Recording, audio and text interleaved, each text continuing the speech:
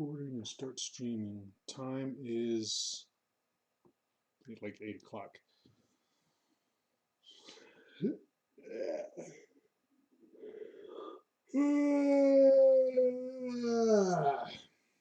Oh.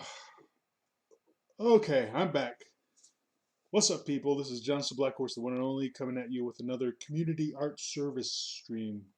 Community service art stream. Yeah. That's a ticket. Okay. So let's go ahead and get her started. Here we are. This is where we left off the other day. Which window am I looking for? This one. And I'm going to go ahead and put some scary stories on in the background because it's freaking Halloween. I haven't given myself much opportunity to celebrate Halloween as of yet. I've just been so darn busy, but my way of celebrating it, I'm just going to listen to spooky stories as they draw. Let's hope they're freaking scary. Scarier than last night's stories. Jeez. Freaking disappointment. What a freaking disappointment. Dogs are barking at I don't know what. Okay. G'day mates, it's Beavis here. I would like to give Raycon a huge shout out. Hold on, pause. Let's figure out what they're working at.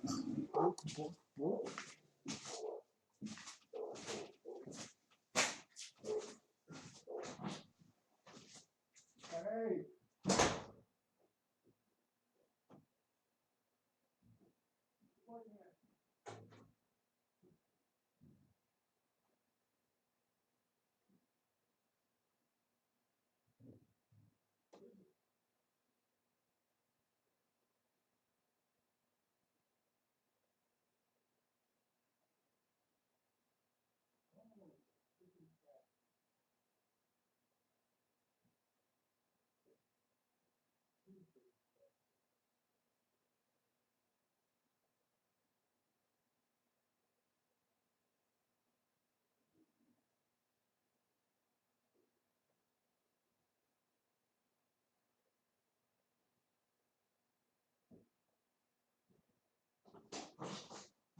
Okay.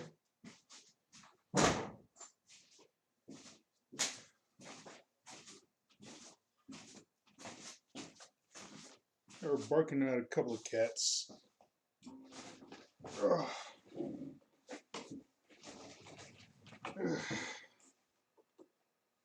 Oh man, it's getting cold. There's my lovely bibs. Melody, she says honk. Timer started, my guy. Sweet. Um, I started like 3 minutes ago, like pretty much on the hour.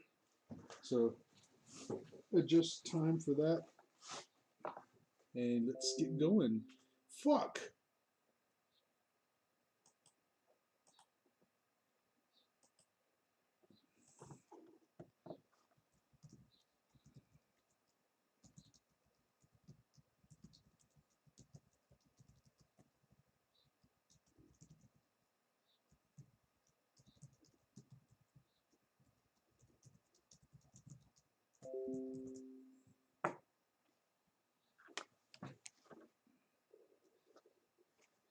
Okay. Oh, we're back. All right, sweet. For sponsoring this episode. So there's so much going on in the world at the moment. Whether it's stuff that you're excited about, the economy, always controlled. I've been using pan editing best that I should forget. Trying to Even skip the new past this commercial. Get listening with like you see build He's like advertising for Raycon earbuds or something. All right. So I've never particularly considered myself a believer of the paranormal, nor am I a complete skeptic. I mean, I turn all the lights on to go to the toilet if I've watched a scary film or have been reading some decent paranormal stories. So I must believe, at least to an extent. Anyway, my dad lives in the Scottish Highlands, has done so for the last 20 plus years, and I drive the 14-hour round trip to visit as often as possible, 2 or 3 times a year. Thank you, Melody. I've always loved this I love journey, you. especially if I'm by myself, as there's around 2 or 3 hours of motorway or highway, followed by back roads through the mountains, or through the forests as well, and around locks where I can put music on and pretty much just switch off. For the most part, there's little to no phone signal, so I generally download a couple of playlists before I go, put my phone in its holder, and blindly follow the sat nav until it loses signal. I've been doing this journey for years, so really I have no requirement for the sat nav, but I love to try and beat the ETA. It can also be quite handy when it has signal to let me know if there's any accidents or diversions ahead and just stuff like that. Anyhow, on this particular journey, I was coming home. I'd set off at nightfall as there's far less traffic on the overnight journeys and less chance to get stuck behind holidaymakers, especially caravans. Man, do I hate caravans. I was traveling south though in January and the weather was something else. My car showed an outside temperature of minus 12 degrees Celsius and the snow barely stopped. It hadn't stopped since I arrived at my dad's house 4 days earlier. My wipers were on full speed, but still the snow kept piling up on the windscreen, meaning that I had to drive around half my usual speed. Every now and then, there'd be a short break in the snowfall, and everything just looked sort of magical, I guess. It was like driving through a Christmas card, maybe.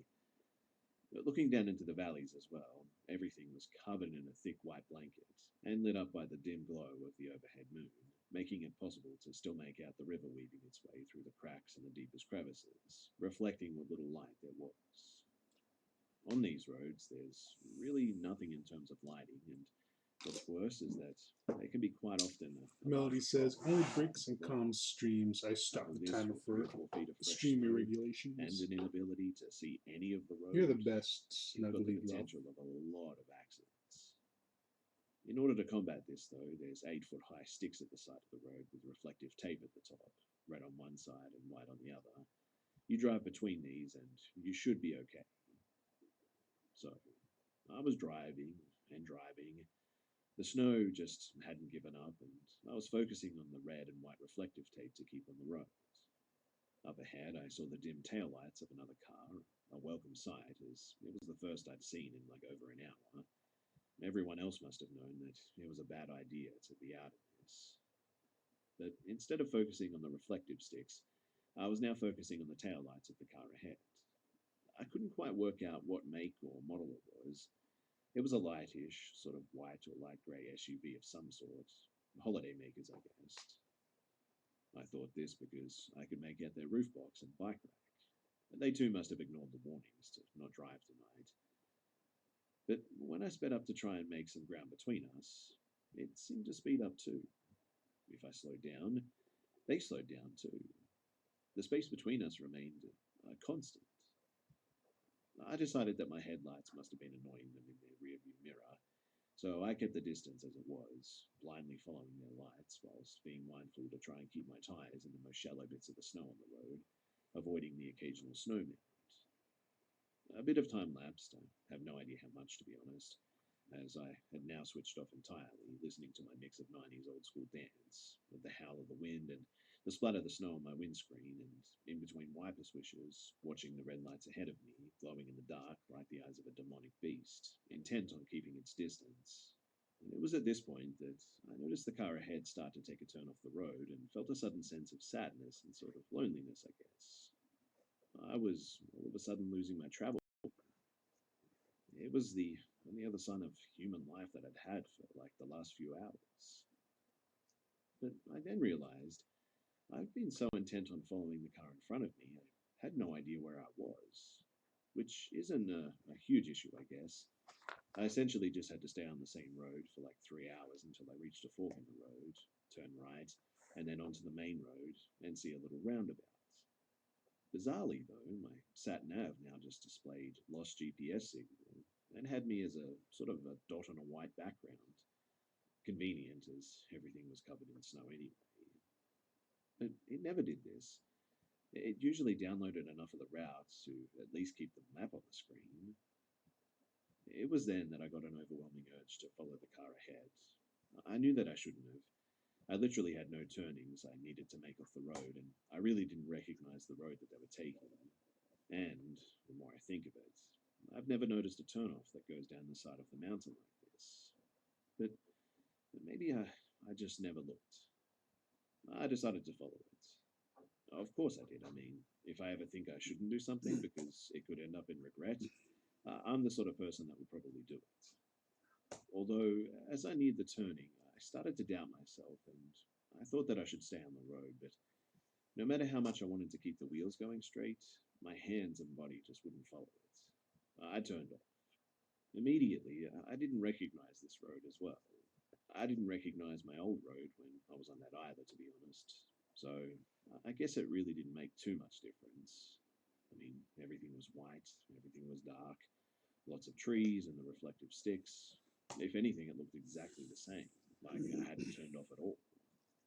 10 or 15 minutes later, though, and the car ahead started pulling away from me, only slowly, but faster than I wanted to drive in these conditions, so I let it.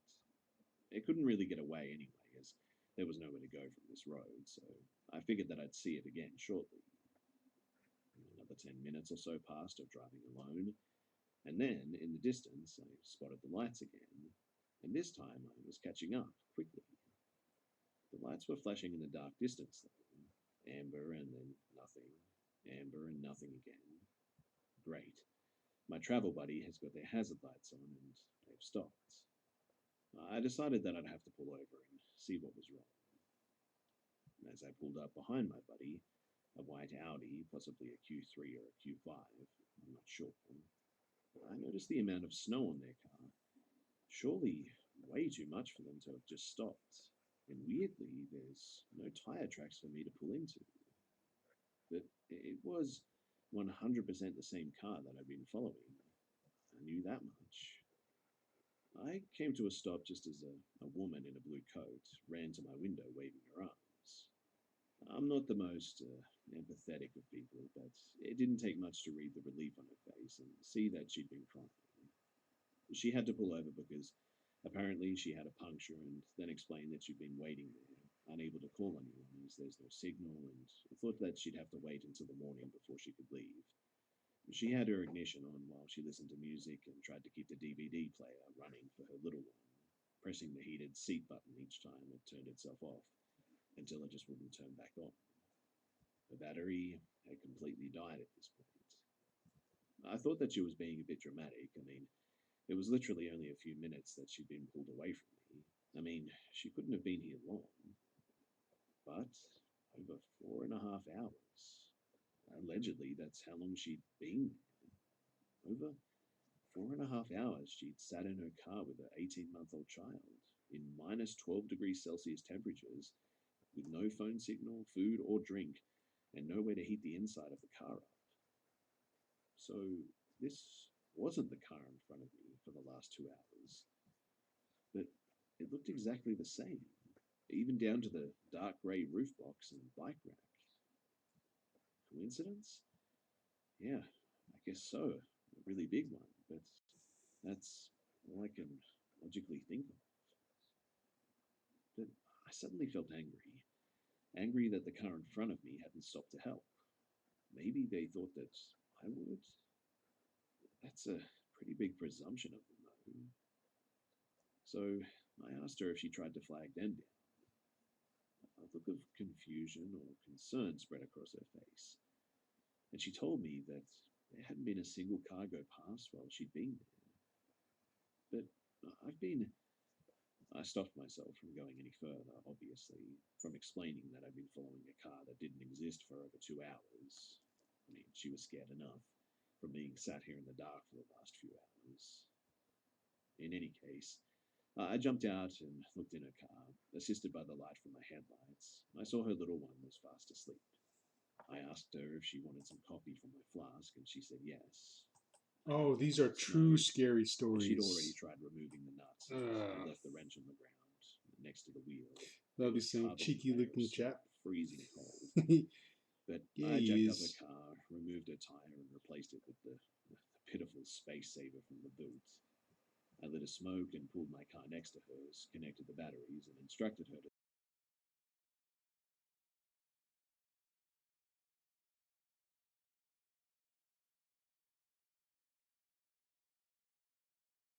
start. That's on my route. She thanked me for helping her, Mm. for talking to her, and for calming her down. She thanked me for the coffee and gave me a quick hug, quick enough to be meaningful, but short enough not to be overly awkward from a stranger. She got in her car and she set off. I got in my car. I sat for a moment staring at the all too familiar taillights of the white greyish SUV with a roof box and bike rack, lit up a smoke, and set off. I sped up, I caught her up, I slowed down, and she pulled away, and her speed just remained constant. Trying to get it back at 0. I kept wondering how Wait, she does hadn't the seen the slider other help? car, though. The other car that was exactly the same as her. Whoa.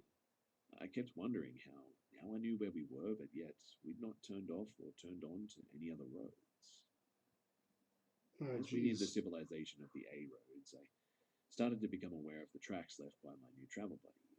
What does The this do? tracks in the snow Oh, left by their tires. there we The go. tracks in the snow that Uh, I'm 99% certain were there when I was following her, or the Melody's other saying, her, sure they are. before I stopped and offered a coffee. Sure, they're true scary In any stories. case, the snow eased as we entered a town called Kilmahog. We reached a junction and she took Well, the road. like true scary stories tend to be like We were now driving in sleet, it's not like as we they're stopped not and sort of as dirty wet, extreme as slush into some the of the other real scary snow that we'd stories seen, with like much harder than normal dry snow. But as we approached the the roundabout, violence, it gore, indicates that and for the first things time like we that. met, we They're had always like right pretty over last tame. and Like you alongside think her. they could be She true. looked, waved goodbye, and she left. I wouldn't doubt that some of them are. Like Now, I've personally I thought had a like lot some about this spooky experience, experiences, but and all I can put yeah, it down to is that someone or I don't think these scary rather stories are going to be something that took scary. me that way that night, diverted from my normal route, made me Uh, feel as though I had no other option but to follow that car, guided me to a stranded woman and a child in freezing conditions with no food, water, or heating. I'm honestly still unsure how to explain it. I've not really thought about it too much, I guess. I don't like not being able to understand things or give them a logical explanation because I guess it makes me feel uneasy.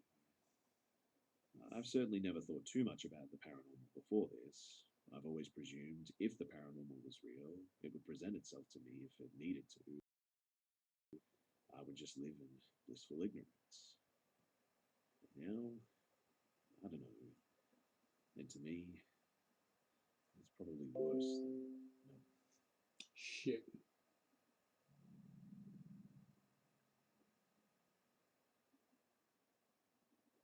So this is a story from maybe around 10 years ago.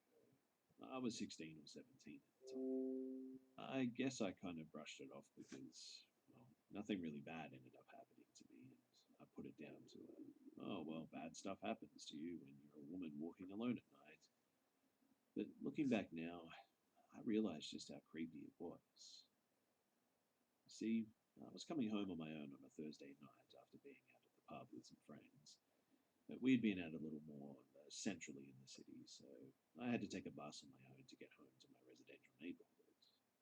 I had done this route hundreds of times, so I didn't see it as being particularly dangerous, especially as I live in a fairly nice neighborhood. It was only about maybe 11 p.m., but because I lived in a residential area and it was the middle of the working week, when I got off the bus at my stop, it was absolutely dead. There was nobody around. Again, though, this didn't really spook me, particularly as it was only a 5 or 10 minute walk away from the bus stop to my house. But as I turned down a long residential street that leads towards my house, I noticed a guy walking further down the street. Wait a minute, let me do this one. This certainly put me a little bit on edge, but I was reassured by the fact that he had his back to me and was walking away from me down the street. As I kept walking down the street, I noticed the guy turn around and sort of look at me. That's fine, I thought.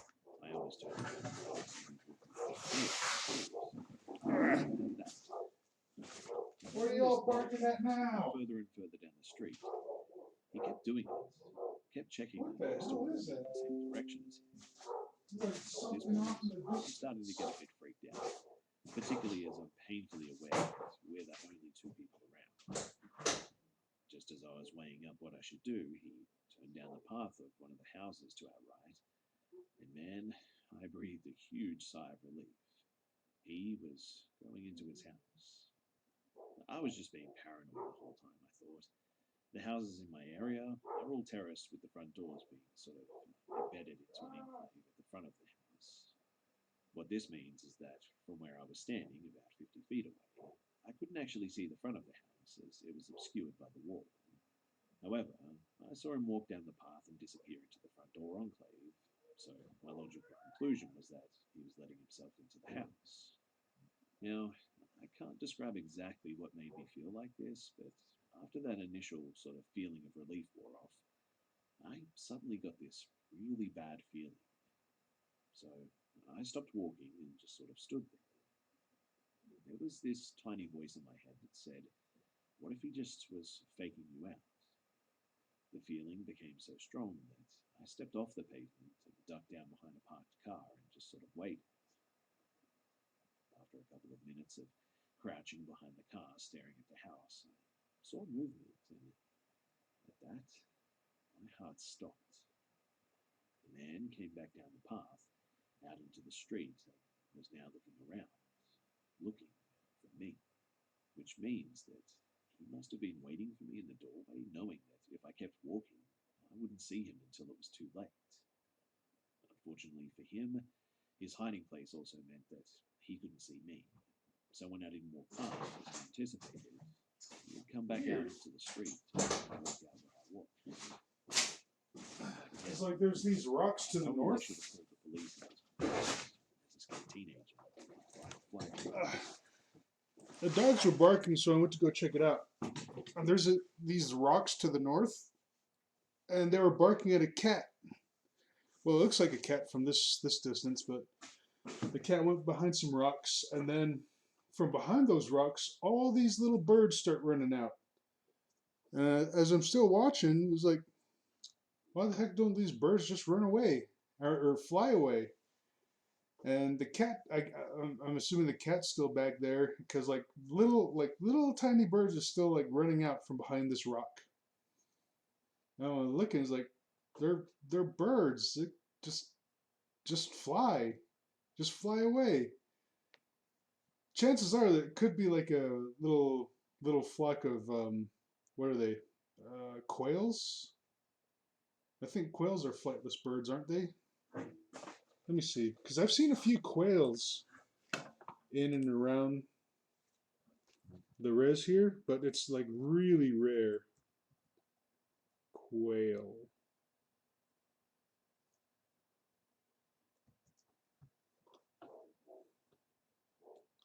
Quail. How do you spell quail?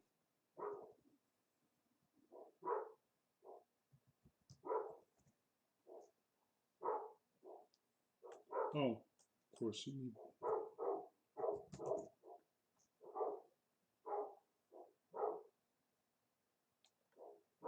Oh, it's not spelling that right.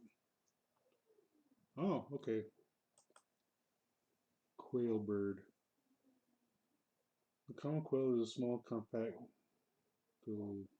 gallinaceous bird. What's gallinaceous?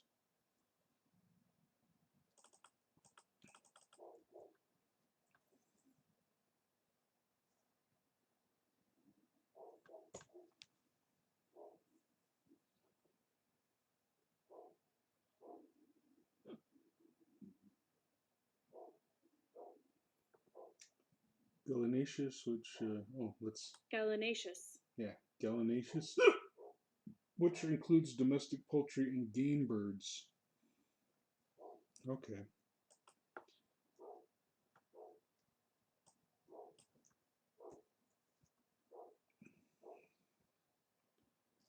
Can quails.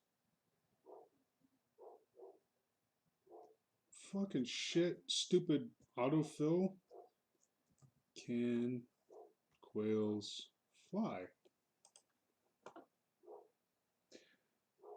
Even though they are small, quail present their own challenges because quails can fly. Their enclosures need to be extra secure and they are more vulnerable to predators due to their size. Quail are also susceptible to disease. If you have a disease outbreak, it will. Okay. Quail can fly, but will only do so if it is convenient for them. They have powerful wings, but are not capable of enduring long flights. All right. Because these like little birds that keep running behind the rock where the cat is, it's like they're just kind of like running around, like running out from behind the rock in like these little clusters. And then I'm thinking like, well, they're they're birds, right? Why don't they fly? I guess they can fly, just not very far.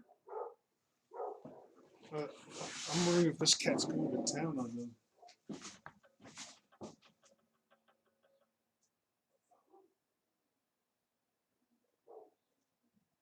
Can't really see now.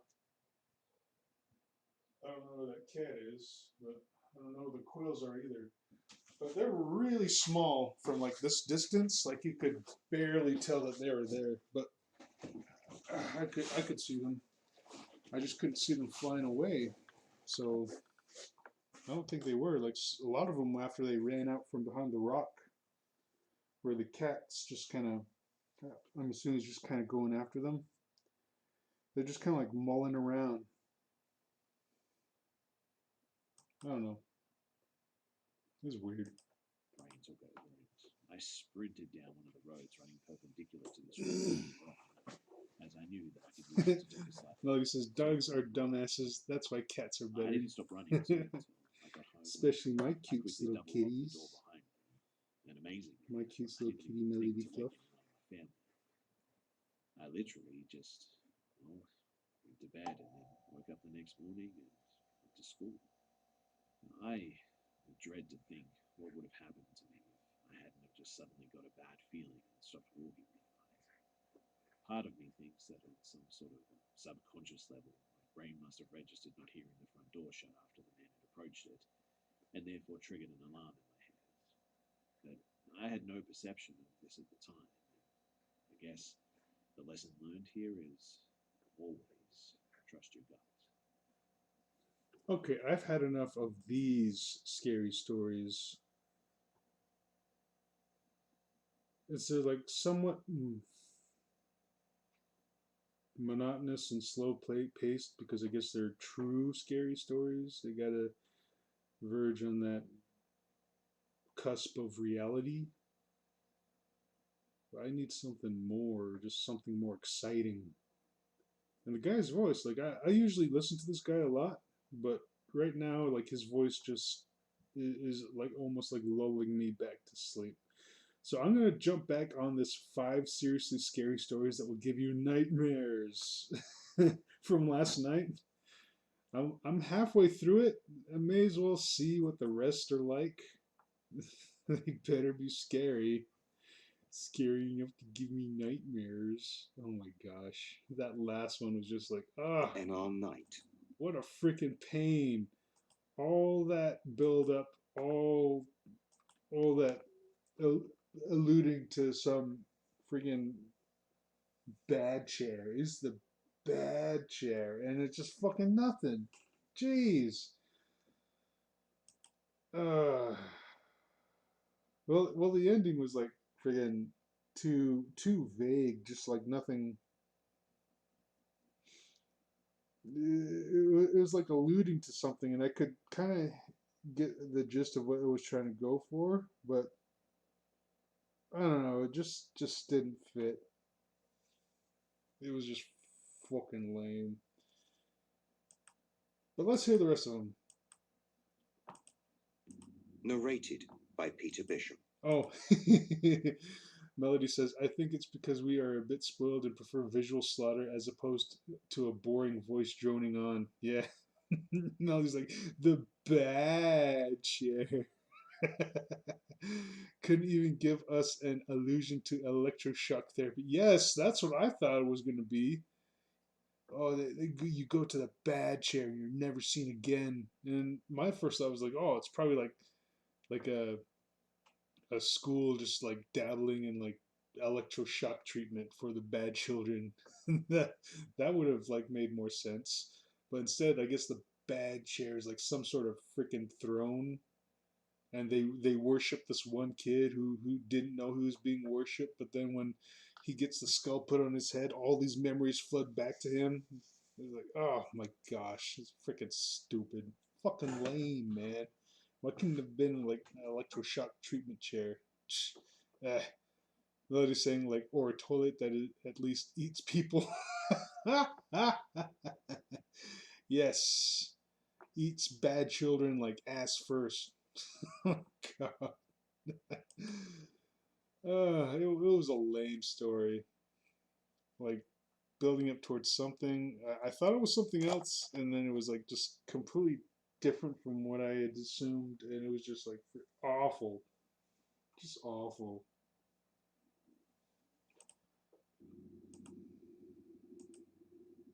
Okay. Late one night, about 10 months ago, I found myself rushing my daughter to the hospital. I remember the morning, what time I woke up, the food I ate, and the sound of my girl's voice yelling, "See you, Daddy," as she ran out the door to catch a school bus. Everything was normal, Shit. average. Where's But were there where's my signs? plug? Could I have expected to bring her home from school at 12 that afternoon? There we go. Could I have guessed the cause to be chest pains, or predicted that those pains would return again 11 hours later, causing her to cry out in pain and fear? No, it's a Could I code have been red. better prepared for the race to the ER that ensued just before her heart gave out? I don't know. Whoa, shit. I remember that night, the heavy rain pounding against my car, creating a slick sheen on the streets that made driving over 40 impossible. The images of street lamps and traffic lights bleeding into one another on my windshield. I remember the franticness I felt as I gripped the steering wheel, swerving and slamming on the horn to warn the blurry shapes of pedestrians to get off the fucking road before they ended up getting personal with the front of my car. I remember her wide eyes as she held her chest in agony, the suffocating sense of hopelessness that filled the air around her by the time we reached the parking lot where she fell unconscious, her motionless chest by the time I carried her through those automatic doors. What followed was a long 40 minutes in the waiting room. The emergency room was surprisingly empty for a Friday night, apart from the woman at the check-in desk. Her face a mask of indifference. I doubted she had much interest in discussing why I was there, soaking wet and tapping my foot in my pajamas. Looking back, that indifference seems vaguely irritating. At the time, it was fine by me. I wasn't feeling talkative anyway. I sat in an uncomfortable waiting room chair and thought about my daughter. I wondered what those doctors were doing to her in that disgusting hospital room. Oh, shit. My mind jumped back and Ah, forth between damn the it. present and the Drawing last the time wrong I'd seen freaking layer. something like this. My wife had had a similar episode 8 years before. Shallow breathing, chest pains, sweating, moaning, a look of panic.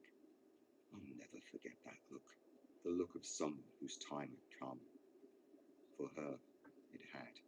From a combination of heart and lung failure. She died, officially, in the emergency room. Though by the time the ambulance arrived, there wasn't anything the doctors could have done to save her. Considering that, I thought, maybe it wasn't so irrational that I'd chosen to drive recklessly through the streets to the hospital myself, as opposed to calling 911 and waiting for my daughter to die. Still, the ride was rough. It probably did even more damage. I braced myself for the worst. The news, when it came, fell somewhere in the middle of the spectrum. Not bad. Certainly not good. "She's unconscious, but her breathing's stable," the doctor started. Relieved, I interrupted and thanked him for telling me she was all right. At least that's what I thought he was saying before I sensed his grim disposition and cut myself off. He repeated she wasn't dead, but went on to report that she was far from healthy. At the time, the doctors could only guess at what was causing her symptoms.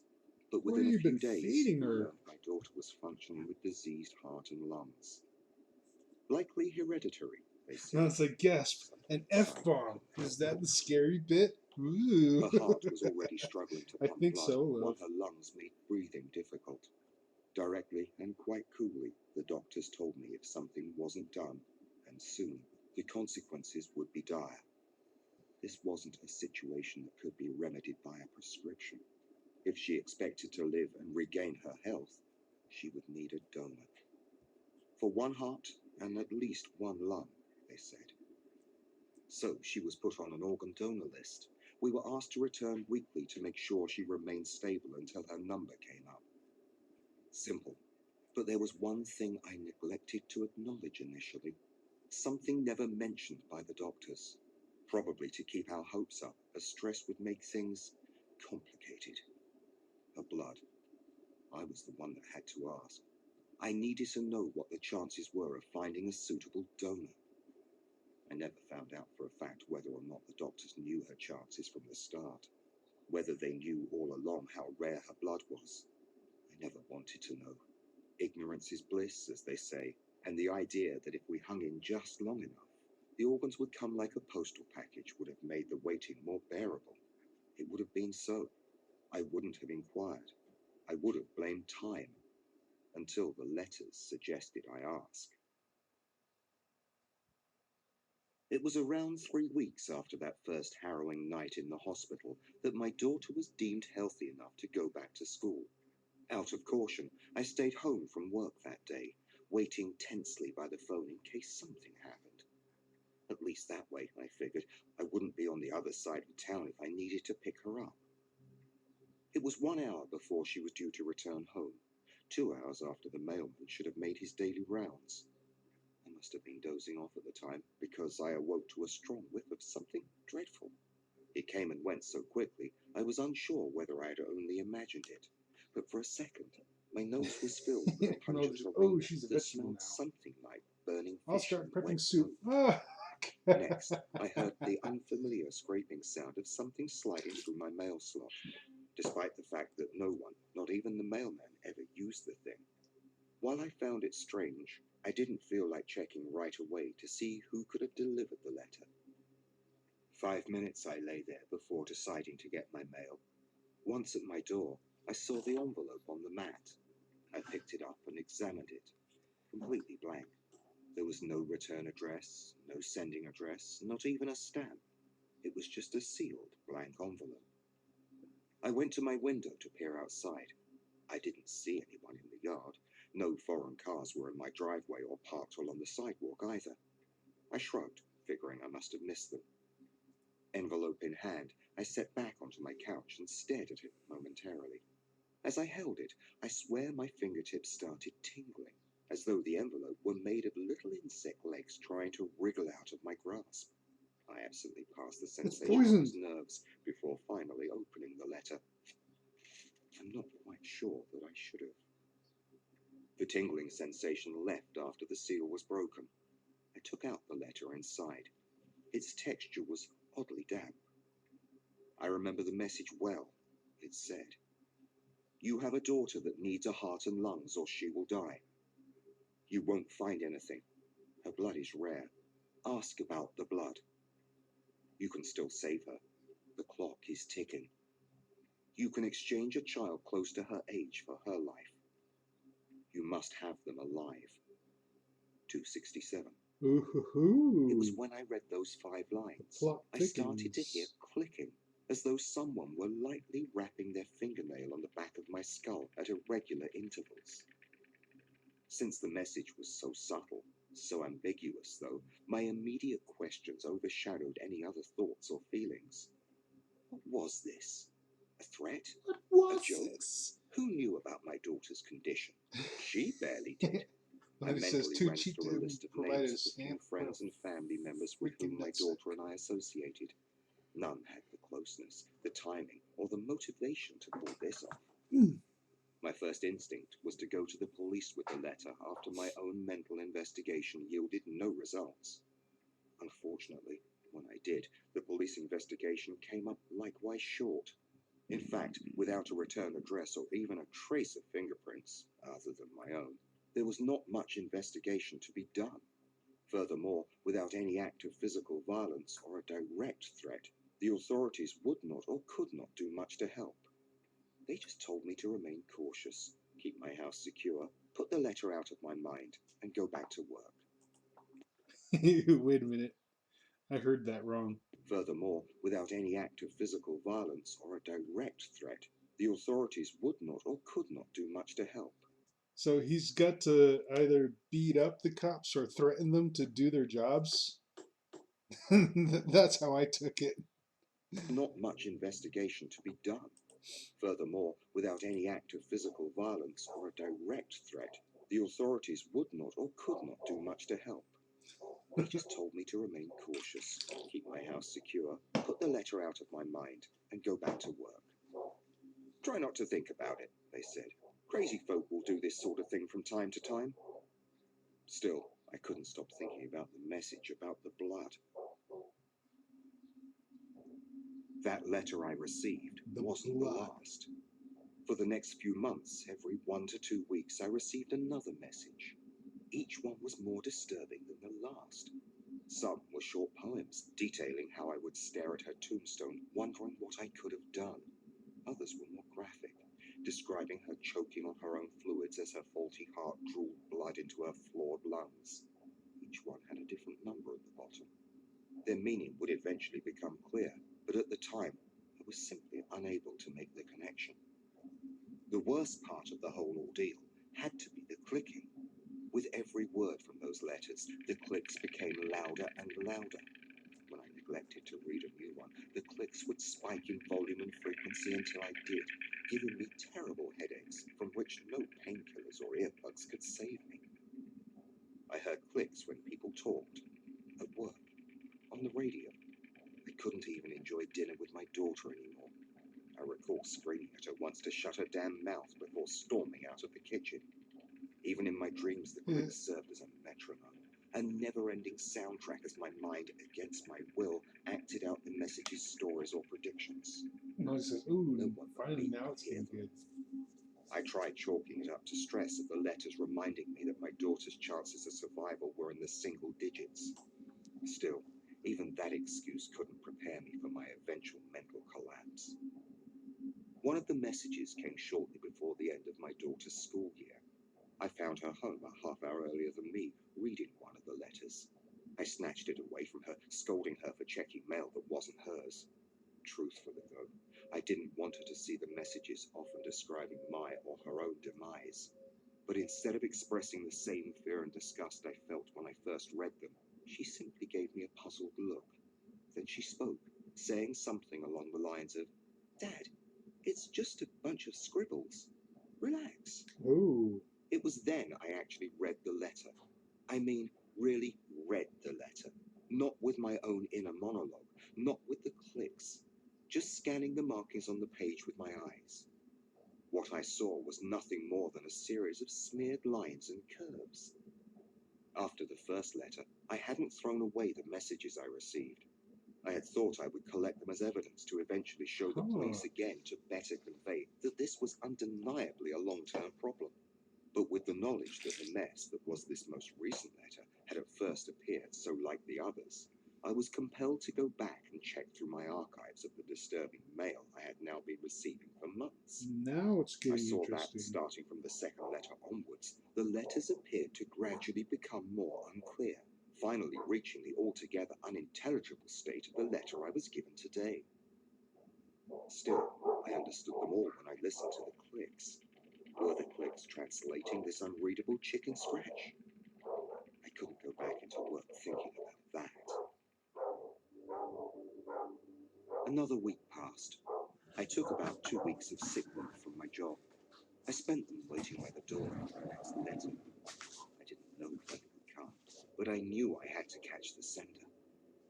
The letters, the clicks, the translation. I needed answers. It became an obsession.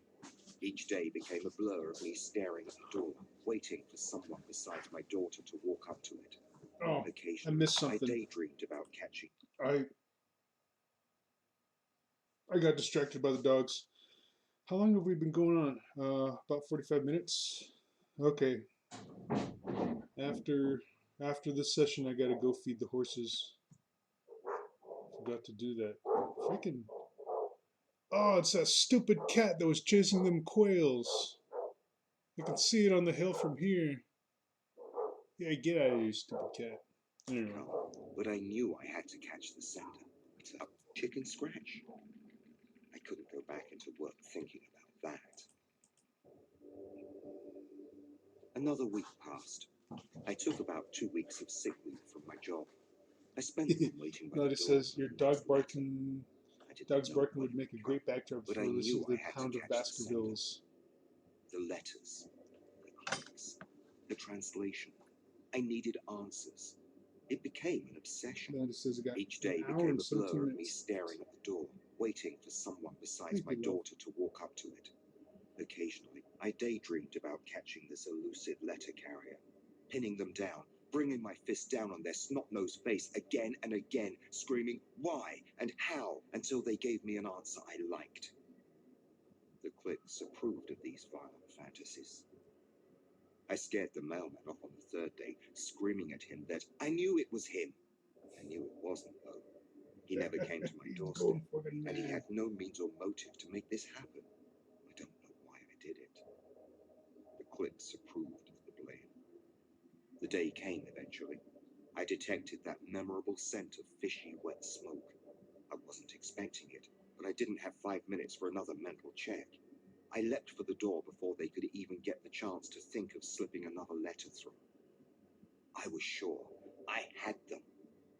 I swung the door open to reveal my empty porch.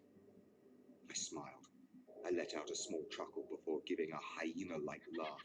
I leaned against the frame of the door, clutching my stomach, laughing. I slid to the ground. So He's I was going crazy. mad. It explains so much. That damn fishy smoke I smelled was all in my head. Those clicks reverberating in my skull was because I'd snapped. I knew it. I did. I called out to imaginary men in white, telling them to stick me in a straitjacket right then and there because I had lost my mind. That's what I thought when I got up and walked back into my house. When I closed the door, I heard the slot. I felt a piece of paper ricochet off my leg. I didn't feel that, I tried to convince myself. I'm Oh, crazy. I'm mad. open the The door! smell vanished. My smile didn't. Damn. Chills ran up my spine. I picked up the letter and took it back to the couch.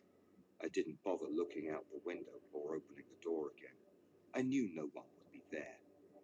I read the contents of the letter, or rather, I listened to the clicks whisper them into my ear. It was one line. Your girl will talk with death today. 12.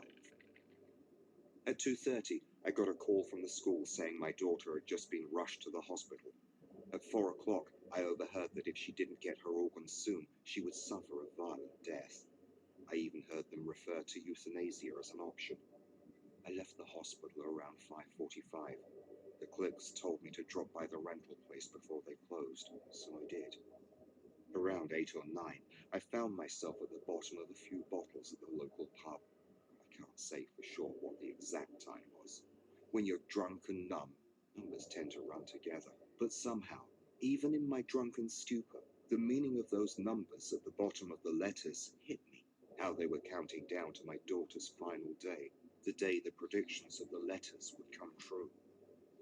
When I came home late, the Issa clicks says were hi. suddenly No, he sweet. says, oh, for Pete's They sake. lulled me to sleep. Somebody killed No someone. nightmares, no vision. Right? Like this character is like going mad, and I'm like waiting for him to just like tear into like some poor kid's guts to try to like take harvest their organs to save his daughter. All they did was click to me in black unconsciousness, He's repeating just like, their that's a weird slightest greeting, but contents with a thanks. smile. No, we're not I had talking about you, Issa. Welcome to the chat. We're like talking I about the awoke the scary next story morning. we're listening I to. felt good. The clicks told me that everything would go well today, that my daughter would soon be okay, because I knew exactly what to do. So after a wash and a brief breakfast, I headed out to pick up the van from the rental place. For the next few hours I drove. The clicks were quiet for the first time in a while. They were respecting my hunt. There we go. Around midday, He's gonna I do it. found my prey. In a quiet, unfamiliar neighborhood, I spied a kid somewhere around my daughter's age. He Oh had some God. frizzy hair, wore crooked glasses, and carried a large book bag. I didn't know what he was doing out or where he was going. I didn't care. This kid was perfect. I'm not a religious man, but that moment I was sure he was a godsend. This kid was here for me, for my daughter. I just had to get him. I pulled up beside him. Hey there, I said in my friendliest voice. Heavy bag you've got there. Need a lip? Before I could finish my sentence, the fucker bolted. Looking back, could I blame him? No. But then, suddenly, I was consumed with rage at him for running like that. He was teasing me. I shook as the clicks roared like a marching band. Get him! Get him! Get him! My muscles reacted He before doesn't my even know brain if could he's the right object blood as I type. launched the van Freaking forward. crazy. He's a The loon police now. approved of my quick decision. Melody says, quote There was no unquote, scream, scary. not what I heard With anyway. Dr. Evil It was the quotation thud that brought fingers. bitter These are sanity back and the clicks scary dulled to the point of being stories. inaudible. It was like waking from a dream. What was I doing? I looked through the windshield onto the street to see something lying in front of the van. Oh It shit. stopped. I got out to get a better look. The kid's arms and legs were crooked and bent at fantastic angles as he lay sprawled flat on the asphalt. His book bag was busted open, its contents strewn around the scene. His glasses and his left sneaker had been knocked off somewhere. I couldn't tell where the blood was pooling from his head, from his mouth, from the limbs bent too far in the wrong directions. Oh. I covered my mouth. What had I done? Why? Why? After slamming my palm against my forehead several times, I wondered if he might still be alive. Yes, he was still breathing anyway. The clicks reminded me that was all I needed. A kid that was alive. I looked around. We were still alone, too. I had no excuse. I scooped him up in my arms, ignoring his warm bodily fluids dripping onto my arms. I opened the van's back door and laid him inside. I left before anyone could see us. Damn it. It didn't take me long to realize that I had no idea where to go. The clicks had made no mention of where I should deliver the bleeding felony lying in the back seat. After 10 minutes of cleaning the hood of the van of the kid's blood with my shirt and 30 minutes of aimless driving, I finally gained the nerve to head back home. Where else was I supposed to go? Without further instructions, home was my best bet. Sure enough, leaning against my door was another blank envelope. I brought the envelope back to the van and opened it. This time, the scribbles were more like an ink blot from a Rorschach test, as if the messenger were mocking my madness. Translated by the clicks, though, it was a simple address. I took out my phone and entered it into the GPS. I can't say what happened afterwards. All I know is that for the next few hours I drove from location to location. I don't remember any of the places I went or what I did in between. All I remember is my ultimate destination. The next thing I recall is driving along a long strip of empty road with no signs or hydro poles in sight. In the passenger seat was a stack of ink blots. I looked at my phone. It was dead. I then looked back to see that the kid I abducted wasn't. It looked like I had bandaged him at some point to stop the bleeding. He was quiet, so he must have still been unconscious. Or maybe I knocked him out again. I don't know. After looking at him and then at the road, I finally started to feel guilty. Not just for running over an innocent kid, but for what I was doing to him now, where I was taking him. I figured I would eventually come across some lone house in the middle of nowhere.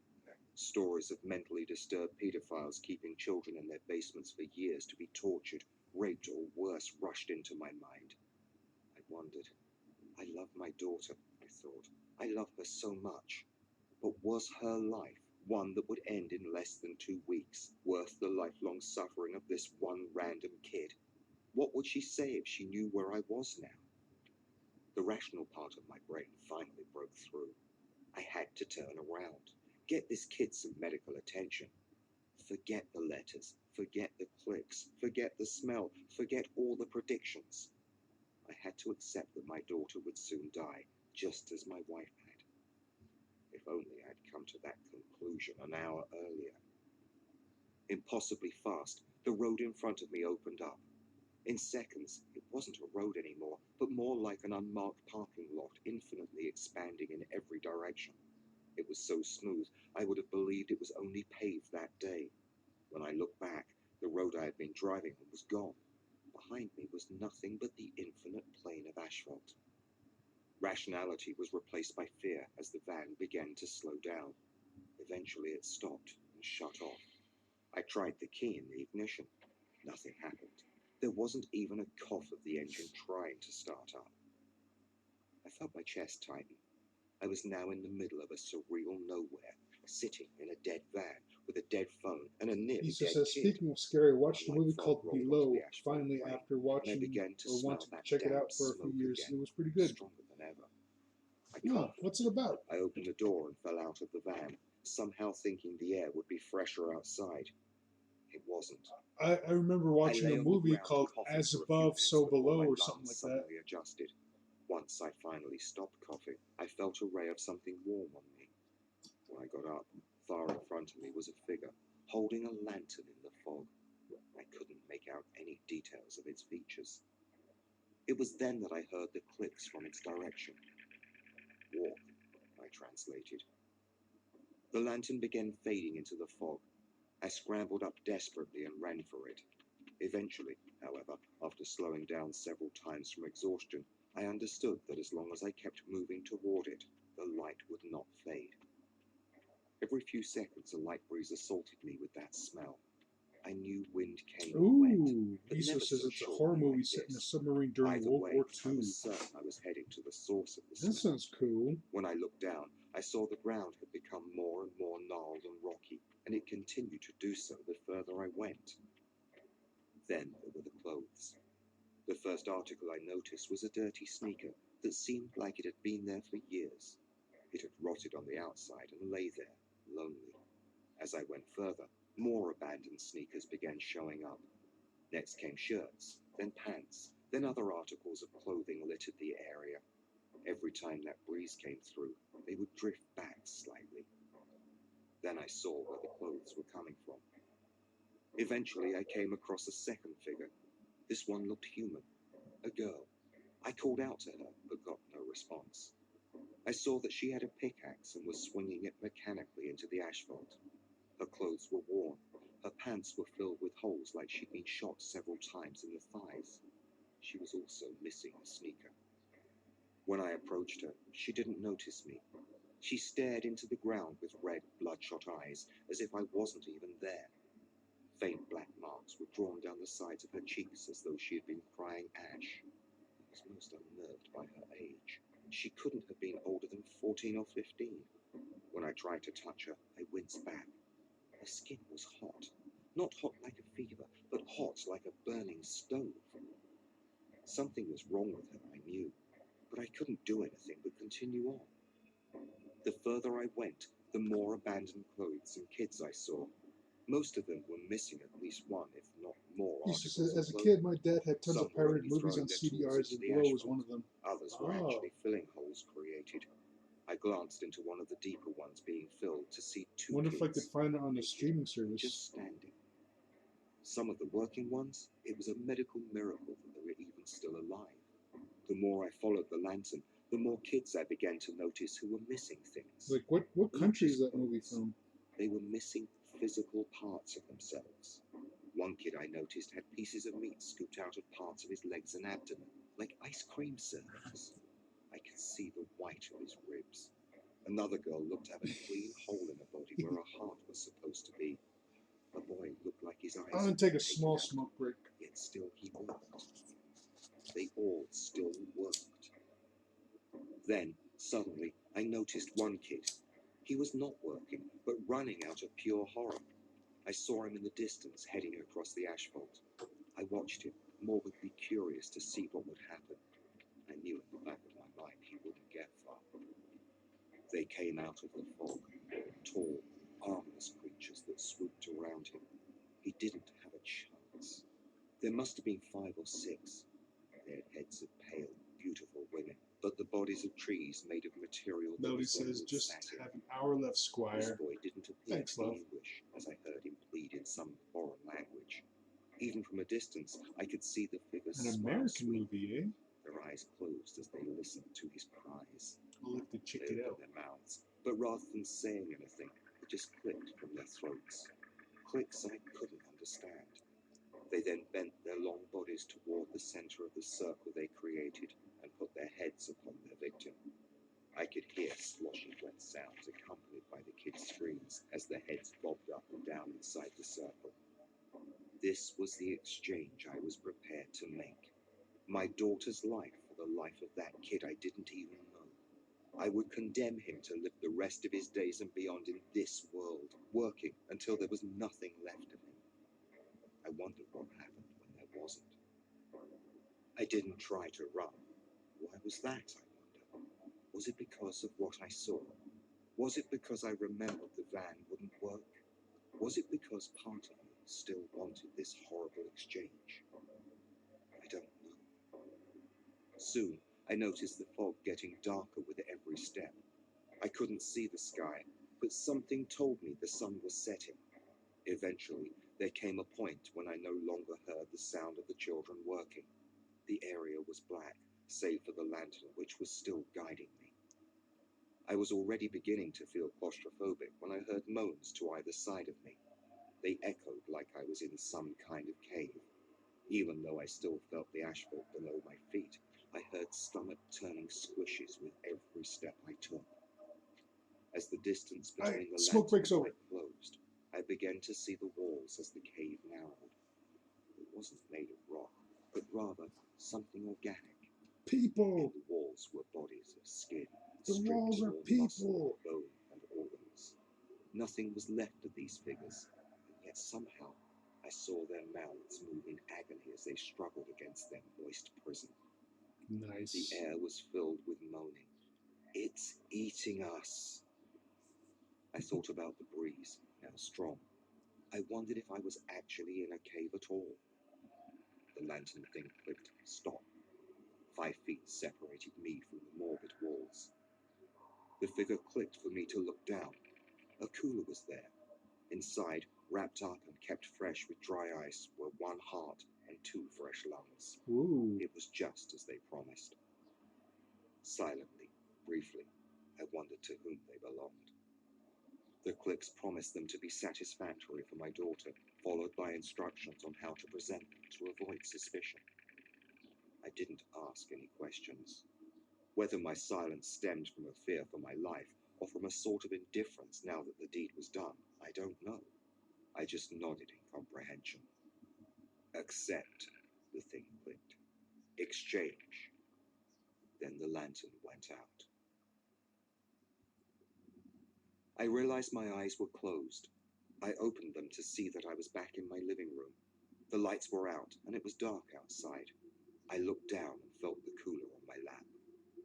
After setting the cooler off to the side, I went upstairs and got all of the letters together. The clicks didn't come back to translate them this time. I took them to the backyard and started a fire in the fire pit. I spent the hours until sunrise, slowly tossing each letter and envelope into the fire, one by one. Once everything was done, I had no proof of my encounter with that place.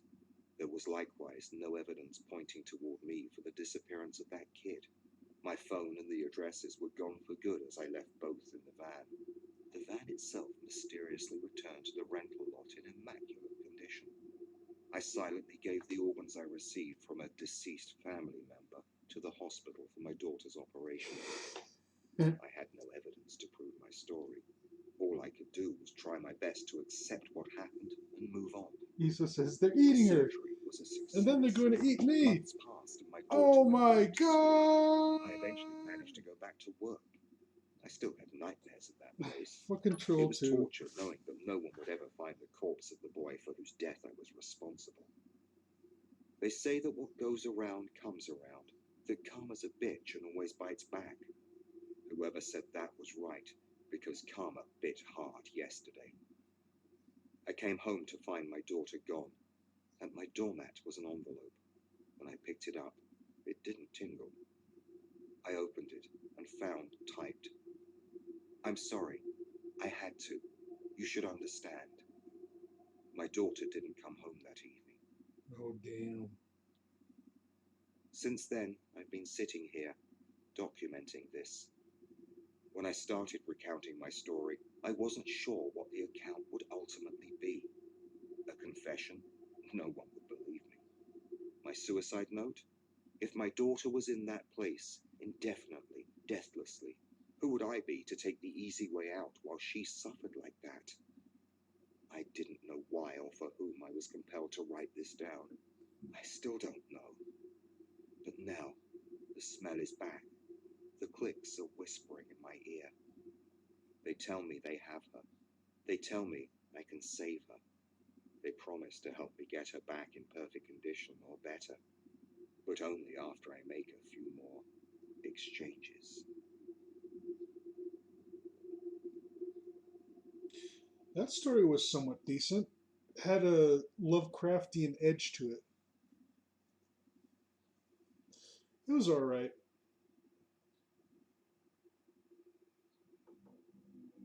Crown the Clown, Not written like by really Elias scary, but performed by Galen Scott Carter. I like Lovecraftian I was horror always type a stuff. spoiled kid. My parents were wealthy and decided to spend their money smothering their only son with an incredible childhood.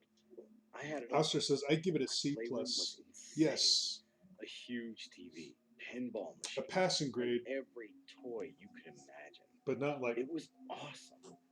uh, Despite having so a much, I good one. wasn't a brat about it. I can say that now, having thoroughly examined my childhood. I loved to share my immense stash of stuff with my friends. I gave toys away, invited them over for pizza and movies, and was all around pretty generous. On paper, I should have been a spoiled snob, but for whatever reason, I wasn't. Good genes, I guess. Good On my ninth genes. birthday, I had a bunch of my friends over. My dad rented a huge moon bounce for us and decorated our backyard with superhero apparel. I was going through a major phase. Tables were set up with punch and snacks, little finger foods to keep us from complaining until dinner. Balloons and banners were tied to every surface. My parents' way of establishing how loved I was. Music played from giant speakers my dad had set up on the back patio. My friends and I ran around and jammed out while waiting our turn in the moon bounce. My grandparents arrived a couple hours into the party, bringing with them a party gift. My grandmother informed me she had purchased it at a yard sale the weekend prior. It was a giant hollow plastic clown head. It looked like one of those weird cheap toys from the 90s, something that was popular for a week before getting all of its units shelved. Its face was white with red circles lining the painted eyes. A smile was smeared to its lips, a big goofy grin that was also painted red. The nose was a bulbous orb of plastic that sat oddly on its Melody face like said a needed giant more gum ball. malevolence to get a higher grade. As I Yes. turned over this Oh strange man, gift it's into ink, chilly right my now. grandfather handed me a plastic gold crown. He said it was part of the game. Seeing my confusion, my grandmother laughed and explained what it was. She said I was supposed to wear the clown head while my friends attempted to sneak up and crown me. I flipped the head over and saw serrated notches lining the bald dome where the crown went. I thought it was pretty lame, but didn't want to be rude. I dutifully slid the plastic clown head over my own, the interior hard against my temples. As it settled over me, I realized I couldn't see anything. Red light filtered through the plastic, but there was a concerning lack of eye holes. My grandfather chuckled as he watched me stumble around, hands outstretched so I wouldn't bump into anything. I asked why there were no eye holes, and he told me it'd be too easy for me to win the game. I had to rely on my ears to keep my friends at bay. He said the game was called Crown the Clown. I was beginning to understand the rules. It was like some weird version of Pin the Tail on the Donkey, but with a clown and a crown instead. My friends had gathered around to watch me, and soon they were laughing and calling out for me. My grandmother tossed one of them the crown and the game began. It was surprising fun. The plastic mask got hot, but I didn't mind.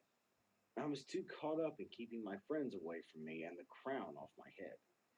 After 20 minutes passed and still no one had managed to get me, I was laughing and stumbling around, doing my best not to bump into anything. My friend John was calling out to me, and I didn't know if he had the crown or if he was trying to distract me. Turns out, he was trying to distract me. I suddenly felt something click over my head, followed by a great cheer from my friends. I had finally been crowned. Smiling despite my defeat, I went to take the big plastic head off me, but found that I couldn't. The neck hole was suddenly smaller, curling tight under my chin and biting into my skin. I tugged harder, trying not to panic. The air inside the head had already grown thick. I wrapped my fingers around the base of the head, pulling up as hard as I could. I felt rough edges cut into me, and I immediately stopped. I could hear my friends laughing at me. I'm sure I looked ridiculous, but at that time, I didn't find any humor in the situation. Sweat dripped into my eyes, and I blinked against the burning sensation. My breath blew back at me from the tight walls of the head. The red light filtering through the eye pain, making me dizzy and disoriented. I was suddenly very aware of how claustrophobic the clown head was. I called out for someone to help me, doing my best to keep panic from my voice. Still laughing, one of my friends came to my aid. I felt his hands around my ears, and suddenly I screamed as he jerked upward. Pain exploded around my face, and I shoved him away from me, panting. Why couldn't I get He this thing just off says, me? "Well, It I had gotta been take a so shower and easy do to some put other on, stuff, so I'm sliding gonna comfortable go over over my here for a head bit. with the Alright, roller on the check in a stair. bit." But No, it now says everything pin was the brain on squishing the in on me, dumbass. the opening flush against my throat. I suddenly realized my nose was bent against the plastic, bent painfully to the right. I then understood what was happening. The clown head was shrinking. I screamed for someone to get my dad, sweat pouring from my face. The head stunk, and the combination of unfiltered breath and sweat made me lightheaded. My throat was parched, but my lips were lined with perspiration. I felt the burning fingers of claustrophobia wrap around my mind. The head squeezed a little tighter. I screamed again for my dad, my vision obscured by the head. I suddenly heard him in the front of me and felt his hands trace the outer surface of my prison. His voice changed from amusement to worry in a matter of seconds. That scared me even more. I tried tugging at the head again, yelling into the plastic dome, explaining that it was getting tighter and tighter. My dad heard the panic in my voice, and I felt him uselessly struggle to remove my source of agony. His fingers traced the now compressed opening at the bottom. He tried to slide his fingers between the lip of the base and my skin, but just ended up choking and gagging me as his knuckles burrowed into my throat. The clown head's grip on my head tightened further. I wheezed and sunk to my knees, the heat and lack of oxygen causing my head to swim. My dad was yelling at my friends, instructing them to go retrieve something from the woodshed. I didn't hear much, instead, concentrating on my breathing. My head throbbed as the hard plastic compressed my skull like a grape waiting to pop. I heard my mom's concerned voice, a shrill inquiry that my dad ignored. I felt his fingers try to pry the head off my throat again. He could tell I was fading. Panic cracked his voice as he yelled at my friends to hurry. His fingers were back at my throat, digging desperately, trying to give me some kind of relief. I knelt before him, swaying slightly and sucking in hot, stinking air. Suddenly, my father tried to jam his hand further in, and I felt my gag reflex engage, and my stomach rolled as I dry retched into the hot plastic. My body hitched, and I felt another wave coming. I tried to fight it, but it was like trying to stop a train. I vomited into the mask, Oh, regurgitated soda and pretzels gushing into the tight space. I sick. gasped, and the smell alone brought another gout rocketing from my lips. Oh It god. sloshed around my face, filled my ears, the hot bile splashing against my skin with nowhere to go. It was trapped inside the head along with me, and I was drowning in it. It came to just above my nostrils, a slimy yellow line below my eyes. My father heard me gurgling inside the head and quickly laid me on my back, the vomit pouring around my ears and giving me a pocket to breathe. I gasped in the putrid air and felt the plastic tighten again, a wet, hard compress that began to fill my vision with darkness. I felt my strength begin to leave my body. My head was wrapped with an iron grip, and I didn't know how much longer I'd last in its clutches. Suddenly, my friend returned with the item my father had asked for. I heard him instructing me, his voice drowned out by the puke in my ears. He slowly turned me on my side, and I coughed and gagged against the slurping vomit. My nose felt like it was breaking against the walls of my prison. My ears burned and sweat coated my skin. I felt my father slide something cold and hard along the side of my neck, just under the lip of the head. I immediately knew what it was: a crowbar. I grit my teeth, tears pouring from my eyes as my dad apologized, his voice cracking with desperation. I howled as he applied pressure, the crowbar burrowing into my neck muscles. To my relief, I felt the mask give a little, just a slight lift that allowed some of the vomit to trickle out. Suddenly, the clown head tightened again, squeezing my skull harder than I could bear. I thrashed on the ground, screaming in agony, clawing at my head. I felt like my skull would explode from the pressure, and the darkness swam closer. I heard my father instruct my friends to hold me still as he readjusted the crowbar. Sweaty hands pinned me to the earth as my head was pushed sideways. I felt my father hovering over me, the cold tongue of the crowbar licking the side of my neck. My father was apologizing over and over. I knew something bad was about to happen. My muscles bulged in revolt as my dad jammed the crowbar under the lip, digging into my skin and drawing blood. He shoved it in until I felt its hard surface resting against my cheek. I tensed, warm blood streaming down my neck across my shoulders. I heard my father whisper into my ear to brace myself. Suddenly, overwhelming pressure cut into the side of my face, and I thrashed violently, clutching and tearing out handfuls of grass as pain shot across my cheek and neck like spreading lightning. The edge of the crowbar crunched into my jaw as my father Mm. applied pressure, a last-ditch effort to remove the clown head before it killed me. Tears ran down my face, and red darkness shook my world.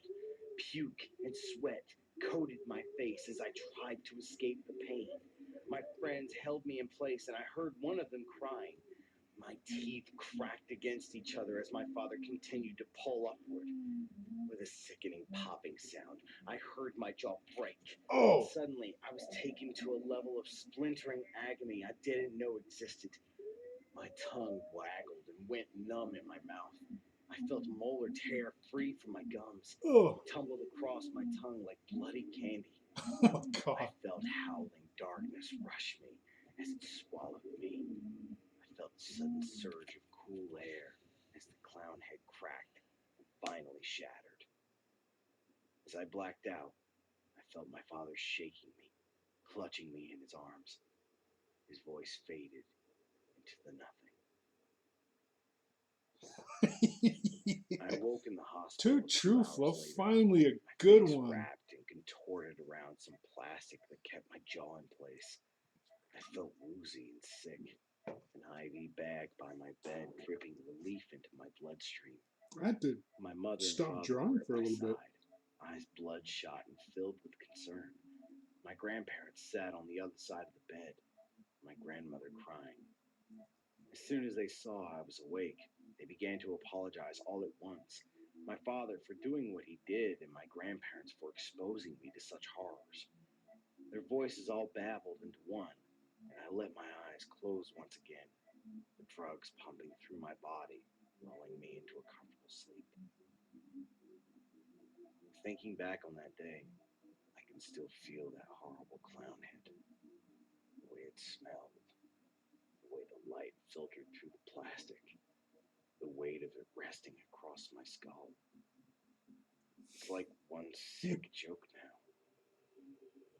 All these years later, now that I've recovered from the event, I can't help but feel disgusted amusement. Because you see, my jaw has never healed properly. There's twisted scar tissue lining my cheek where the crowbar cut into me. My jaw is in a constant state of crooked humor, like a painful half smile, combined with the scar tissue stretching from my lips. Do you want to know how I got these scars? Some would say I look kind of like a clown.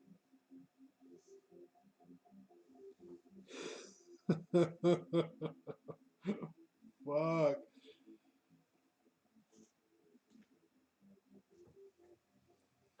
Leave your flashlights at home. Written by Jeff Hartman. That one was pretty good. Performed by Steve Taylor. I enjoyed that one. I actually had to stop drawing just to listen to what the hell was going to happen next. I've been a national park ranger for close to 2 decades. Protocols have changed a lot in that time. I write this just to try to keep people safe for the next time you venture to the big outdoors. Let me tell you. Yeah, shoot. I was thinking that along the same lines, like B plus, totally B plus. Like after this, I might have to pull up some park ranger stories. Like those ones get freaking freaky and bloody as fuck. Melody says, and the narrator got it right too with the escalating and the intensity in his voice. Hells yeah, he was pretty good. I also like the background effects that he incorporated, like with the muffled screaming and the panic. That really just wrapped it all up in a nice little package. Too specific about the location for my job's sake. Anyway, we had clusters of campsites so that we rotated annually. The idea was to prevent one group from getting overused and worn down, let nature regrow a little bit. The winter had just passed, and our big summer season was a few months away. I'm sent out to check the suitability of the campsites to decide which ones need time to recover and which ones we can open up. Winter's here. Cold. Not too many people camp during the winter, aside from rugged masochists and Boy Scout troops led by people who believe they are rugged masochists. I didn't expect to find much out of the ordinary. The first site was clear and ready to go. As I'm trekking to the next site, I see what looks like some debris and junk down a ways in the river valley. Looks like some jackasses set up an unauthorized camp down there. Usually when that happens, they leave garbage and smoldering fires. This is going to be a pain to clear up. I approach, seeing the telltale wreckage of what must have been one hell of a party. Crap scattered everywhere, skeletons of tents still raised up, and blood. I stop and time stops with me. Pools of blood are spread out along the ground, Ooh. next to signs of something heavy being dragged into the brush. I pull my radio off my belt and pause. I then pull my Glock 22 out of my holster and rack one round. I'm a certified law enforcement officer, but I haven't had to use my gun in a long time. I quickly look around for any movement, then get on my radio and call in for backup. While I wait, I listen. Silence. Silence in nature isn't good. Prey get quiet when they sense a predator. I hope all the birds are being still on my account. I edge forward slowly, looking for anyone or anything. Melody says Shredded 40 plastic. minutes, buddy. A tent that has been annihilated, and more blood splashed on the wall. Thanks, guy. Died here. I know. My Can't lovely lose lady it. guy. Just walk on. But no people. Shreds of clothes and a little viscera drawing all the damn flies here, but no people. I've seen bears. Whoa, rummage did he say through viscera? blood died here. I know. You can't lose that much blood and just walk on. Looking for anyone or anything. A shredded plastic cooler. Melody says, you're welcome, friend. Oh. Oh. Just gotta give a good stretch to get the blood flowing again. I don't know why, but like even though the sun's out, like minutes after the sun comes out, for some reason it gets colder just then. Like I've noticed that a lot, but I wonder if it's like a psychological thing. But even though the sun's out, like it's colder than what it was than when it was before uh, before the before the dawn. Somehow it just like feels like it just got colder before it just starts warming up. Anyway, Iso's back. Welcome back, Iso. It's been annihilated. More blood splashed on the walls and inside. And people died here. I know it. You can't lose that much blood and just walk off. But no people. Shreds of clothes and a little viscera drawing all the damn flies here, but no people. I've seen bears rummage through camps and destroy anything that looked edible. There are wild hogs here that cut trails through the deep brush and are even more dangerous than the bears, but this isn't either of them. The devastation here is just too much. Some scourge of God came through here and just ripped everything to pieces. Finally, backup arrives, and I'm sent to report to HQ. They even brought medics out here. I don't know why. There's no one here to save. One of the new recruits vomits at the scene. I'm glad to get the hell out of here. I get back in HQ as a buzz. Only 4 people work there, but calls are ringing, printers printing, and the air feels electrified. The manager sees me and signals me to his office. He's pale, ashen looking, bloodshot eyes. I sit down by his desk and he goes to the door and locks it. I've never seen him lock that door. He asks me what I saw. I tell him, uninterrupted. He looks even paler afterward, and his hands tremble a bit. There's a very long pause, and I expect more questions. He doesn't ask any. I leave, then hear the door lock behind me. After a few minutes, I hear him call someone up, and a long, low conversation ensues. I never see him again. Word comes down from on high. We're assigned a new manager, one who excels at what he calls crises. His first order of business, a controlled burn of the unauthorized camp and the sites closest to it. I'm not arguing. I watch the smoke rise in the distance and pray that's the end of it. New orders. Relocate the existing campsites closer to HQ. Before we do that, we stake out a few trail cameras at the new locations just to make sure it's not in the middle of a nesting ground. We put up a few cameras pointed at the hog trails through the brush for good measure. A couple of days pass, and we go out to collect the footage. The new manager takes it all and starts studying it in his office. A couple of hours into reviewing, he freaks out, starts screaming and yelling, gets on the phone, calling up the line, spitting more obscenities. He spends the rest of the day and that night in the office calling up specialists and planners. Next morning, I show up for a meeting. Manager doesn't look like he slept. Massive changes afoot. He lays out our new plans, including massively bright lampposts circling the park border, as well as floodlights around the ranger station. Campsites need to be moved even closer in, clear lines of sight from the light if possible. I butt in, telling him that defeats the point of going camping. If you're just going on a short walk through the grass, then setting up so close you can see the parking lot. He tells me to shut up, that it's just the start. The park now closes at sundown, sharp. Also, we're now required to have a long gun on our person at all times. Now, it isn't uncommon for rangers to carry an AR-15 or a Remington 870 shotgun going out in the deep woods. There are wild and rabid animals out there. The real concern are massive pot growers. These aren't your chill neighbor who hides a few plants behind the tomatoes. They run the spectrum, from large-scale suppliers who like their privacy and dislike law enforcement to anti-government crazies who think we have no right over them, the true patriots. Both groups have a few common points. They tend to be well armed. They do not like lawmen. And they won't shy away from taking a pot shot at some dumb poor ranger who finds himself in their fields. Keep in mind, Elliot Ness, Mr. I Fought Al. Oh, Issa says so. The sketches start from $5. I think those are just doodles on my. Was it my Twitter?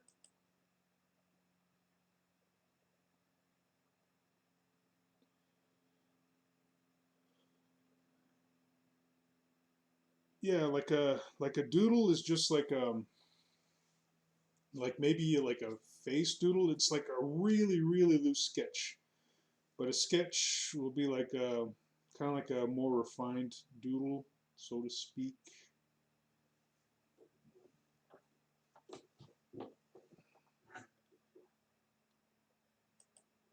So like a doodle is just more or less like someone gives me a character to doodle, and I'll just doodle that character like just how I guess how I want to doodle it, like no guides or whatever.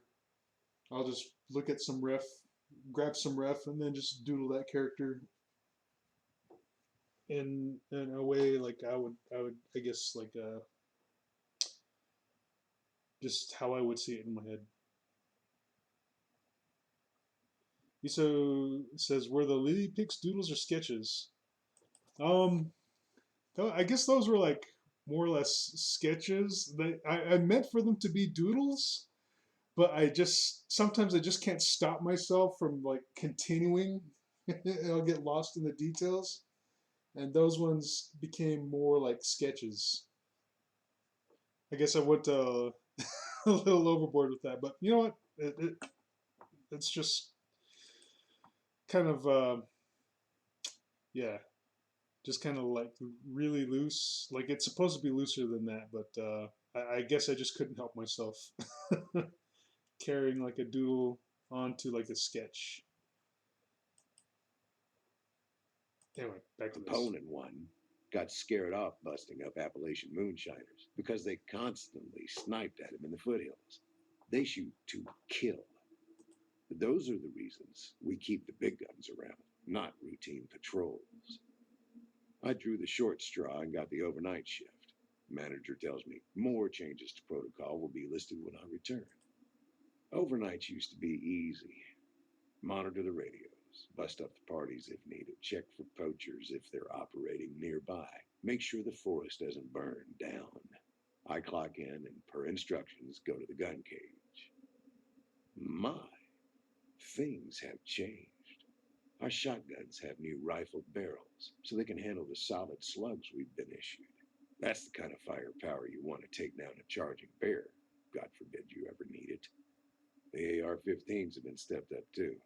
The old 15-round magazines have been replaced by 30-round ones. Someone even snuck us in hollow point rounds. Makes no damn sense. Shooting in the woods, you need full metal jacket ammo so the rounds don't go wild when they touch a twig. Hollow points just exist to do more tissue damage. This is ridiculous. This is overkill. We're not a war zone. We don't need this firepower. Next to the radio, there are new instructions.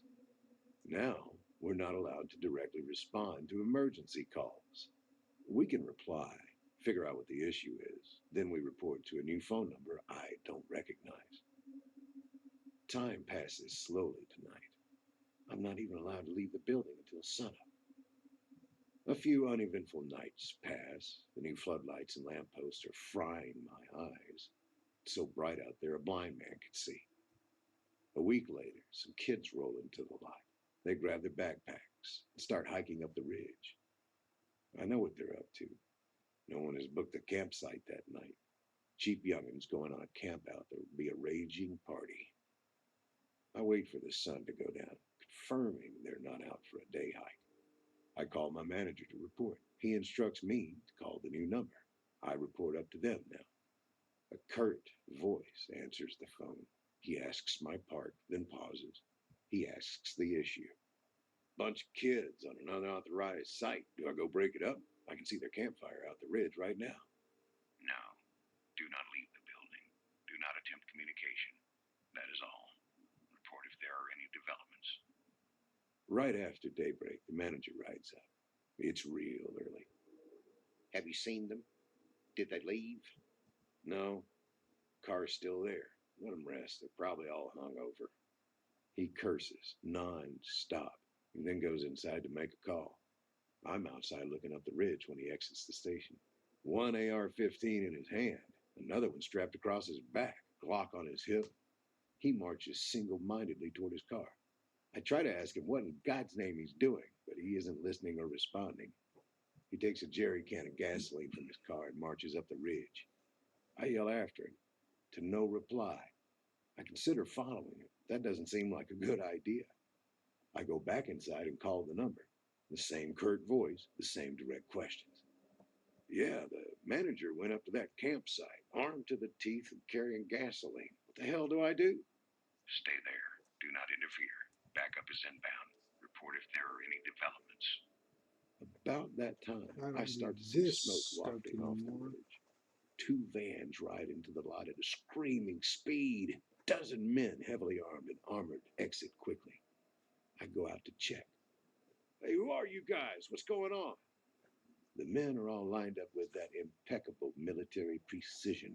One of them, the commander, I assume, exits the vehicle last. He says, "Which direction did he go?" I mean, he's up there. I point at the increasing smoke. The men fan out and start jogging up the ridge. I hear rifles cocking as they leave. I try to shout after them, but no response. I look at the vans they came in, large, nondescript. They just say DOI response team on the side. Half an hour later, they return, dragging the manager with them. He is bound in zip ties. Damn. He screams, "I did what needed to be done. Trust me. It's worse than they thought. We can't stop this. Burn it all." They throw him in the back and sedate him. Commander approaches me. My neck hairs bristle in cold fear. "I need to see the office. All computers and anything with a hard drive is coming with me. You mentioned videotapes. I need those too." I unlock the doors and they ransack the place. Everything gets taken. Printed reports from the last few years disappear into those vans. The videotapes get bagged up and held by the commander himself. He studies the gun cage. "Cute. You're out of your league." He scoffs. Finally, they found everything they looked for. The commander tells me, "Call the number. Tell him it's contained. You need a new superior. Also, don't talk about this to anyone." They leave, and just on cue, the fire brigade and a few news vans show up. The fire is contained, the news reports say. Rumors of missing campers are unsubstantiated at this time. Still, the rumors alone are enough to scare off this season's campers. Quick change up of managers is chalked up to bureaucracy. The press dies down after a week or two. The new manager is very good at dealing with them. Thankfully, with no new campers and our now even shorter open hours, we can get more work done around here. Rebuilding the station took some time, and we just set up the new campsites. They're practically spitting distance from the station. Nothing dramatic happens for a few days. Then on a whim, the manager tells us to set up some cameras around the station and the campsites. There's usually so much human activity around here, all you see are some raccoons, maybe the rare hungry bear, but we humor him and set them up all around.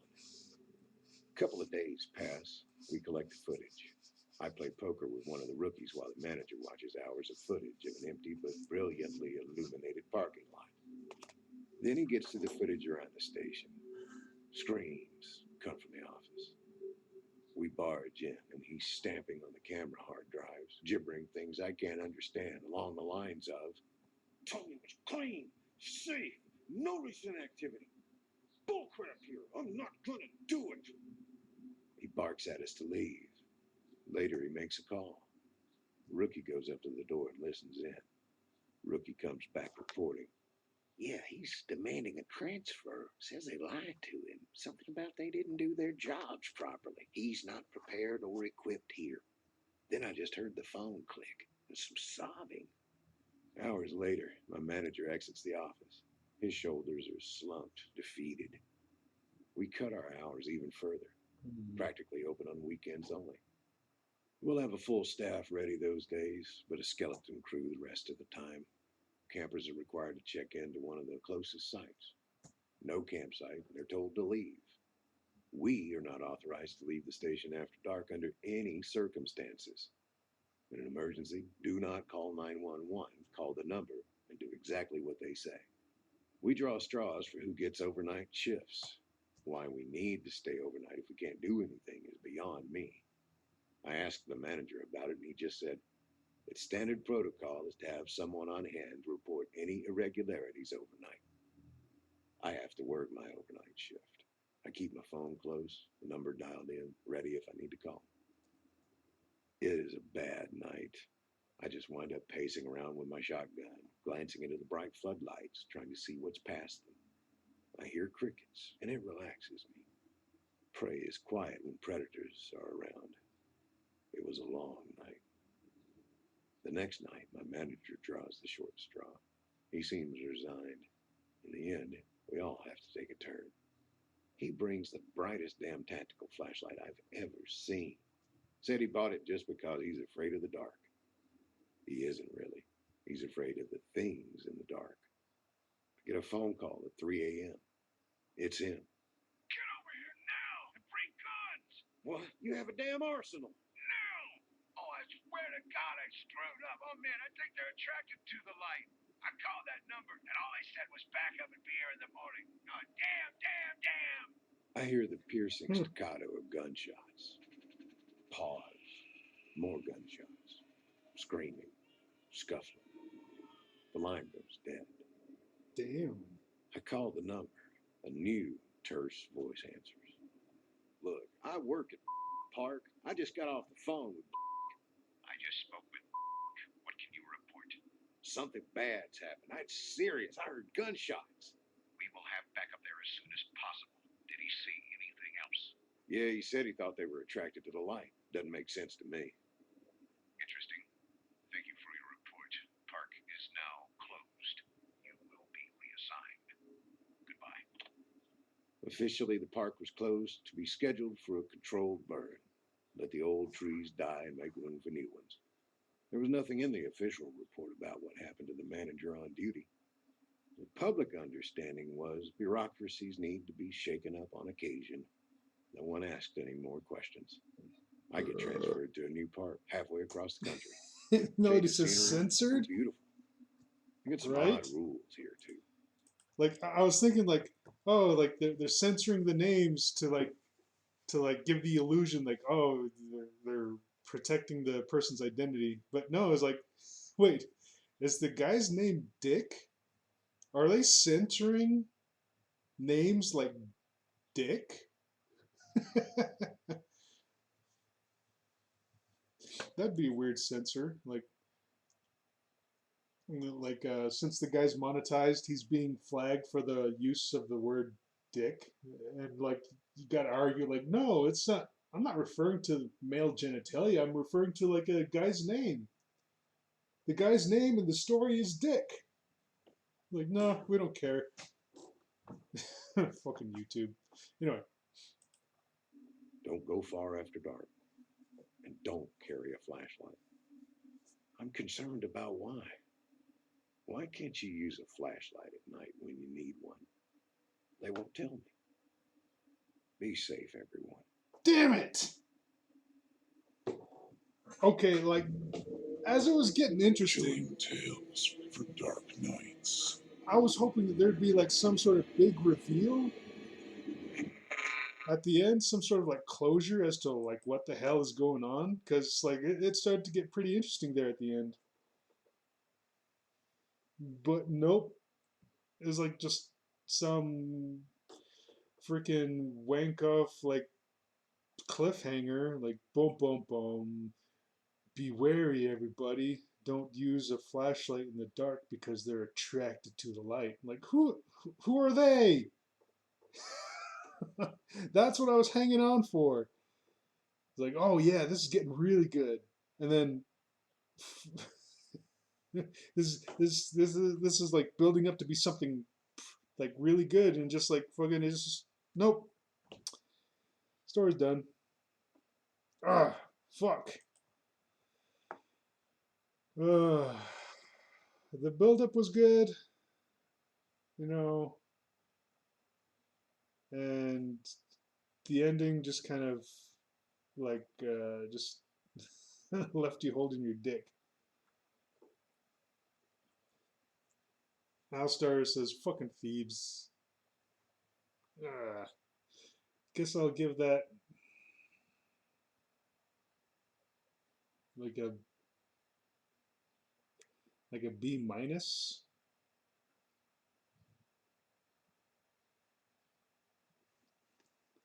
Issa says, people say what you don't know is what's really scary, and some authors take that too seriously.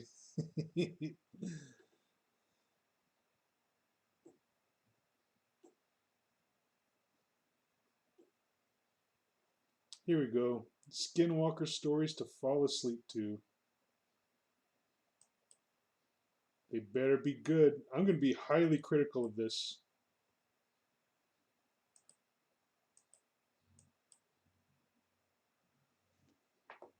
Oh, my elbow. The story begins when I was a child. My father at the time was a big hunter and trapper in the woods nearby. He would set traps for small game out in the woods. I remember one evening my father coming in late from checking his traps. His hands and shirt were covered in blood. Thankfully, the blood wasn't his, but of that of an Melody gives it a D. Yeah, like D for disappointment. Oh, I gave it a B minus because like it was building up to something,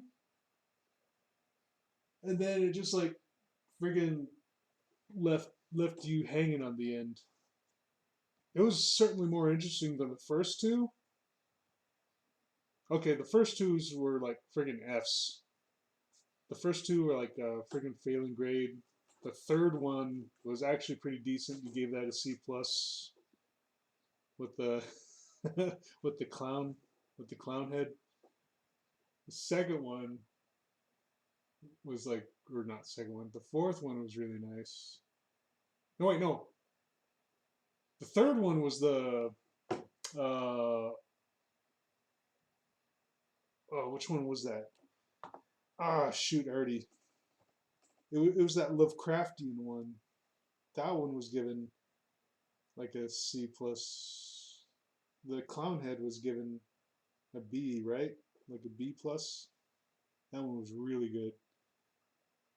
That last one though, it was building up to be something good, and it just like fucking failed at the end. Also says scary stories to take a shit to. Issa's like to fall asleep to, like, yeah.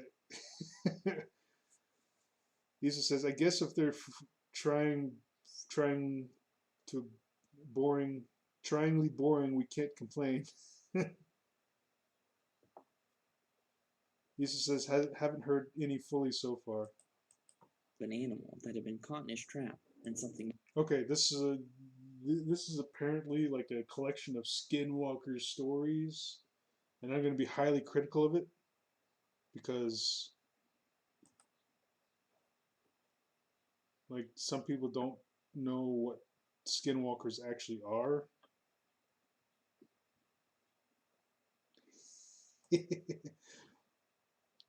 Melody sent me a neat looking invention. It's loading up pretty slowly. Ah, oh, I'll get back to it later. All right, Bigger, eating it. let's wrap this up. I remember from that night on that the woods were off limits to us kids. This was quite awful, since my brothers and sisters often played in the woods nearby. I remember asking my father why we weren't allowed in the woods, and he always gave the same answer. It wasn't safe. Over the next couple of years, my father would stop hunting altogether. Hunting was something that my father and his family were quite passionate about. To see him no longer interested in his most favorite hobby was quite disturbing. Something happened in the woods that had spooked him entirely, and he wouldn't tell us what it was. I remember one Halloween, I was 15, that my brother and my friends decided to go out into those woods and stay the night in our treehouse that we built many years ago. Thankfully, our treehouse wasn't more than 10 minutes into the woods, but still, we were pretty terrified. Knowing that there was something out in the woods that spooked my father gave me the creeps. Before we entered the tree line, I already had the feeling of being watched, but I didn't say anything. I didn't want to be labeled the coward in our friend group. At this point, the sun had set, so it was dark out. We had our flashlights to guide us, but the woods were so thick that it seemed to swallow all the light that the lights gave off. The 10-minute walk into the woods felt like forever.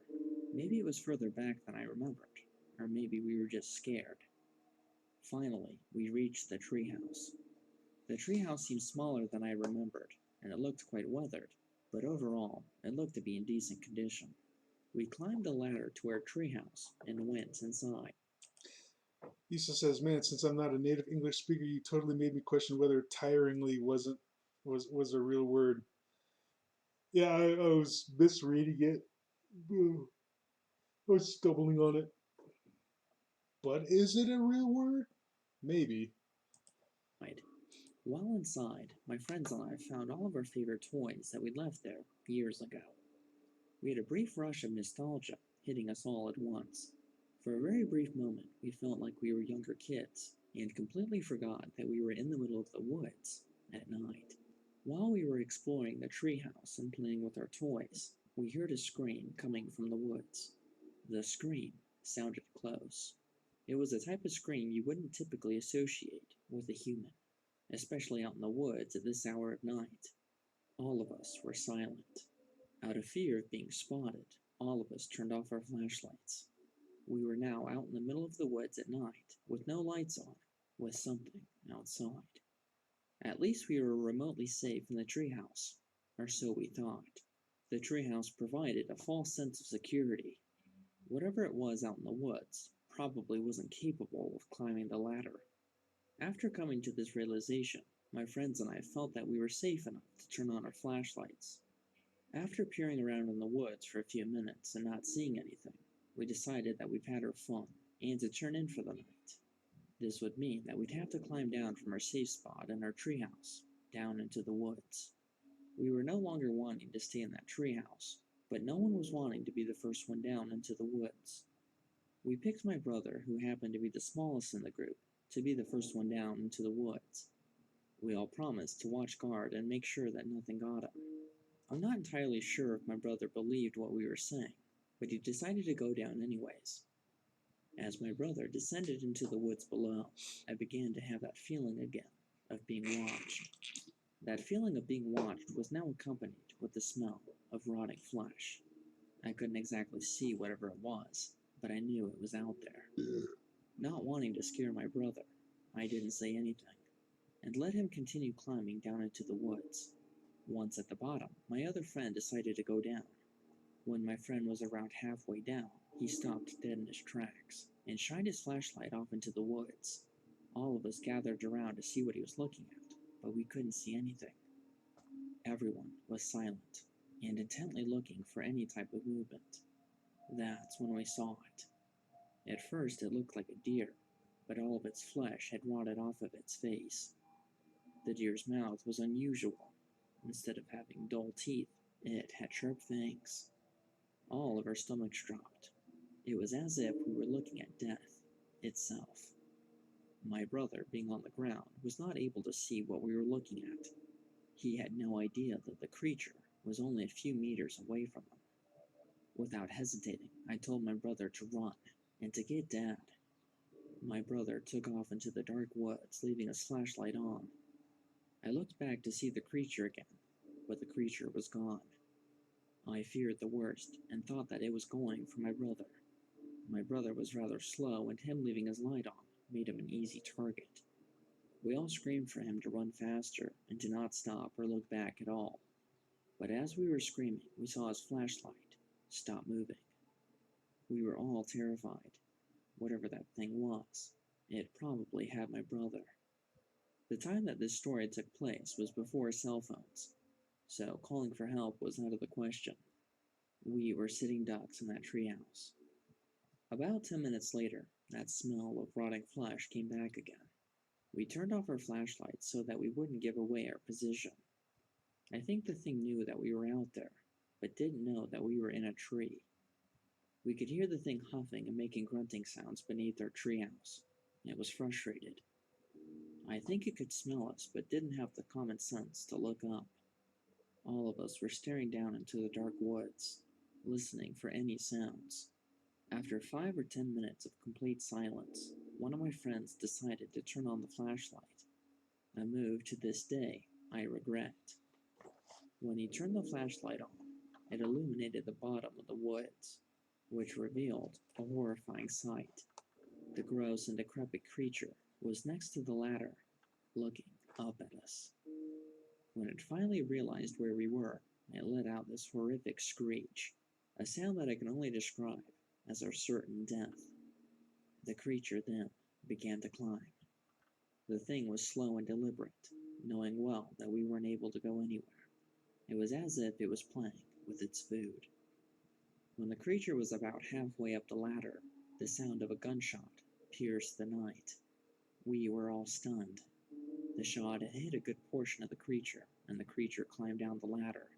More shots rang out, and the creature ran off into the woods, but it didn't seem injured. We looked down to find my father shooting at the creature, with my brother with him. My brother had made it back. We all climbed down the ladder and raced back to my house. My friends and I were expecting a huge lecture from my father, but surprisingly, he didn't say anything. I think he was just thankful that we were okay. My brother was a hero that night. He saved all of our lives. If it wasn't for him and his bravery, or should I say us forcing him to be the first one down, I'm pretty sure we'd have all died. That's the story of my brother saving our lives from that thing. No, this is 8 minutes, dude. Yeah, that wasn't a skinwalker. When I was younger, about 16 or so, I had an encounter with something strange in the forest. I was young and naive, and I didn't give nature the proper level of respect, and basically was cocky. The cabin was on the lake. The whole area is forested for the most part. I was there on vacation with my cousin and grandparents. It was a nice and hot summer day, and we decided to play some airsoft. I took airsoft really seriously. I wore a full ghillie suit, and even a camouflage mask. We had a battle which I took into the woods, where I felt the most comfortable.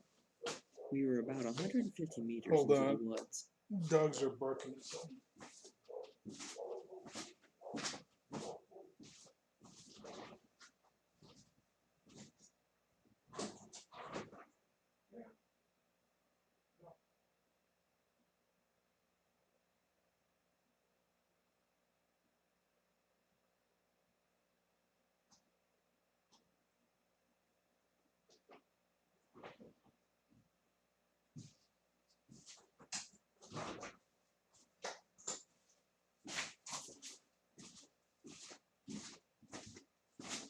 Oh, okay, I'm We back. stopped. Then I decided to tease my cousin.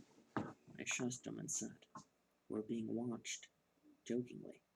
Unfortunately, it turned out not to be much of a joke, because I immediately then noticed that the woods were dead quiet, which only happens when a large predator is around. I was on edge very quickly. Next, the feeling of being watched hit hard, so I started scanning the surrounding forest. Then, I saw it. Its whitish teeth gave it away. What I saw was at the edge of a clearing about 40 meters from us. The thing was crouched down. It was holding onto a tree with its left hand. It was panting and watching us. The first thing that came into my mind was that it was a werewolf. I said to my cousin, "We have to go," and he bolted. I still had my eyes on it when my Can't have cousin those started dogs sprinting. barking at the The neighbors. creature charged. It ran on two legs for about 10 feet or so, and then it dropped down on all fours. Then I turned and sprinted. Okay, I don't know what those dogs are barking at. Let me see. Once back at the cabin, we discussed it.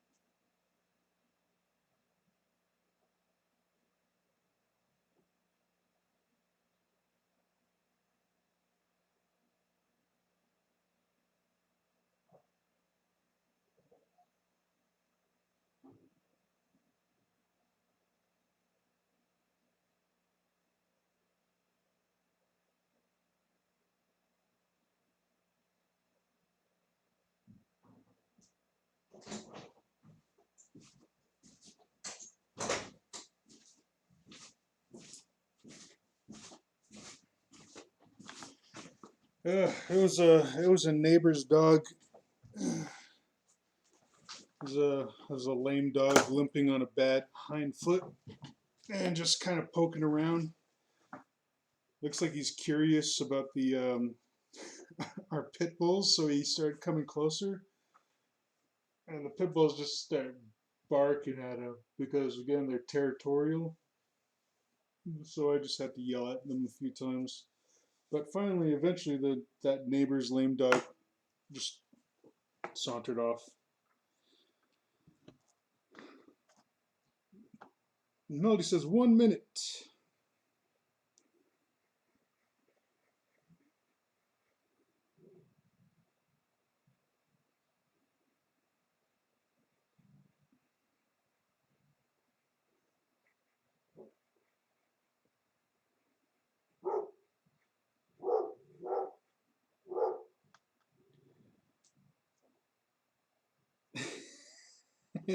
No, lame dog is a term. Like when you're lame, it's like the dog has some sort of injury. Like the neighbor's dog, he's got like a he's limping around on a hind foot that he's not using to its ability, probably because it's injured or something.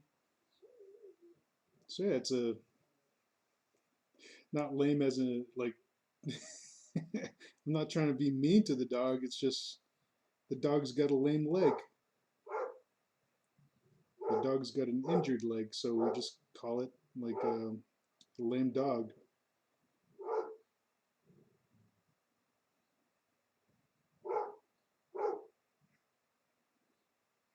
Not to say like, oh god, that dog's he's a lame dog. No, he's an injured dog. The dog has some sort of injury, so it's just limping around. Melody says time. All right, that's it for this community service art stream. Um, just got to do a few more poses for this skunk. Babies have facial expressions, hand gestures, feet poses.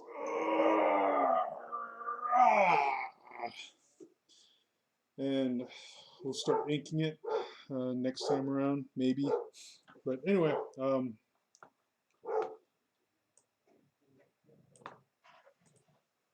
that'll be it for now. I gotta probably chase this dog away again. So hope you enjoyed the stream. If you liked it, please follow and share.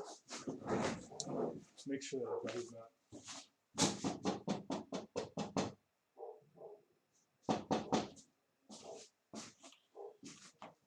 Yeah, that dog's back.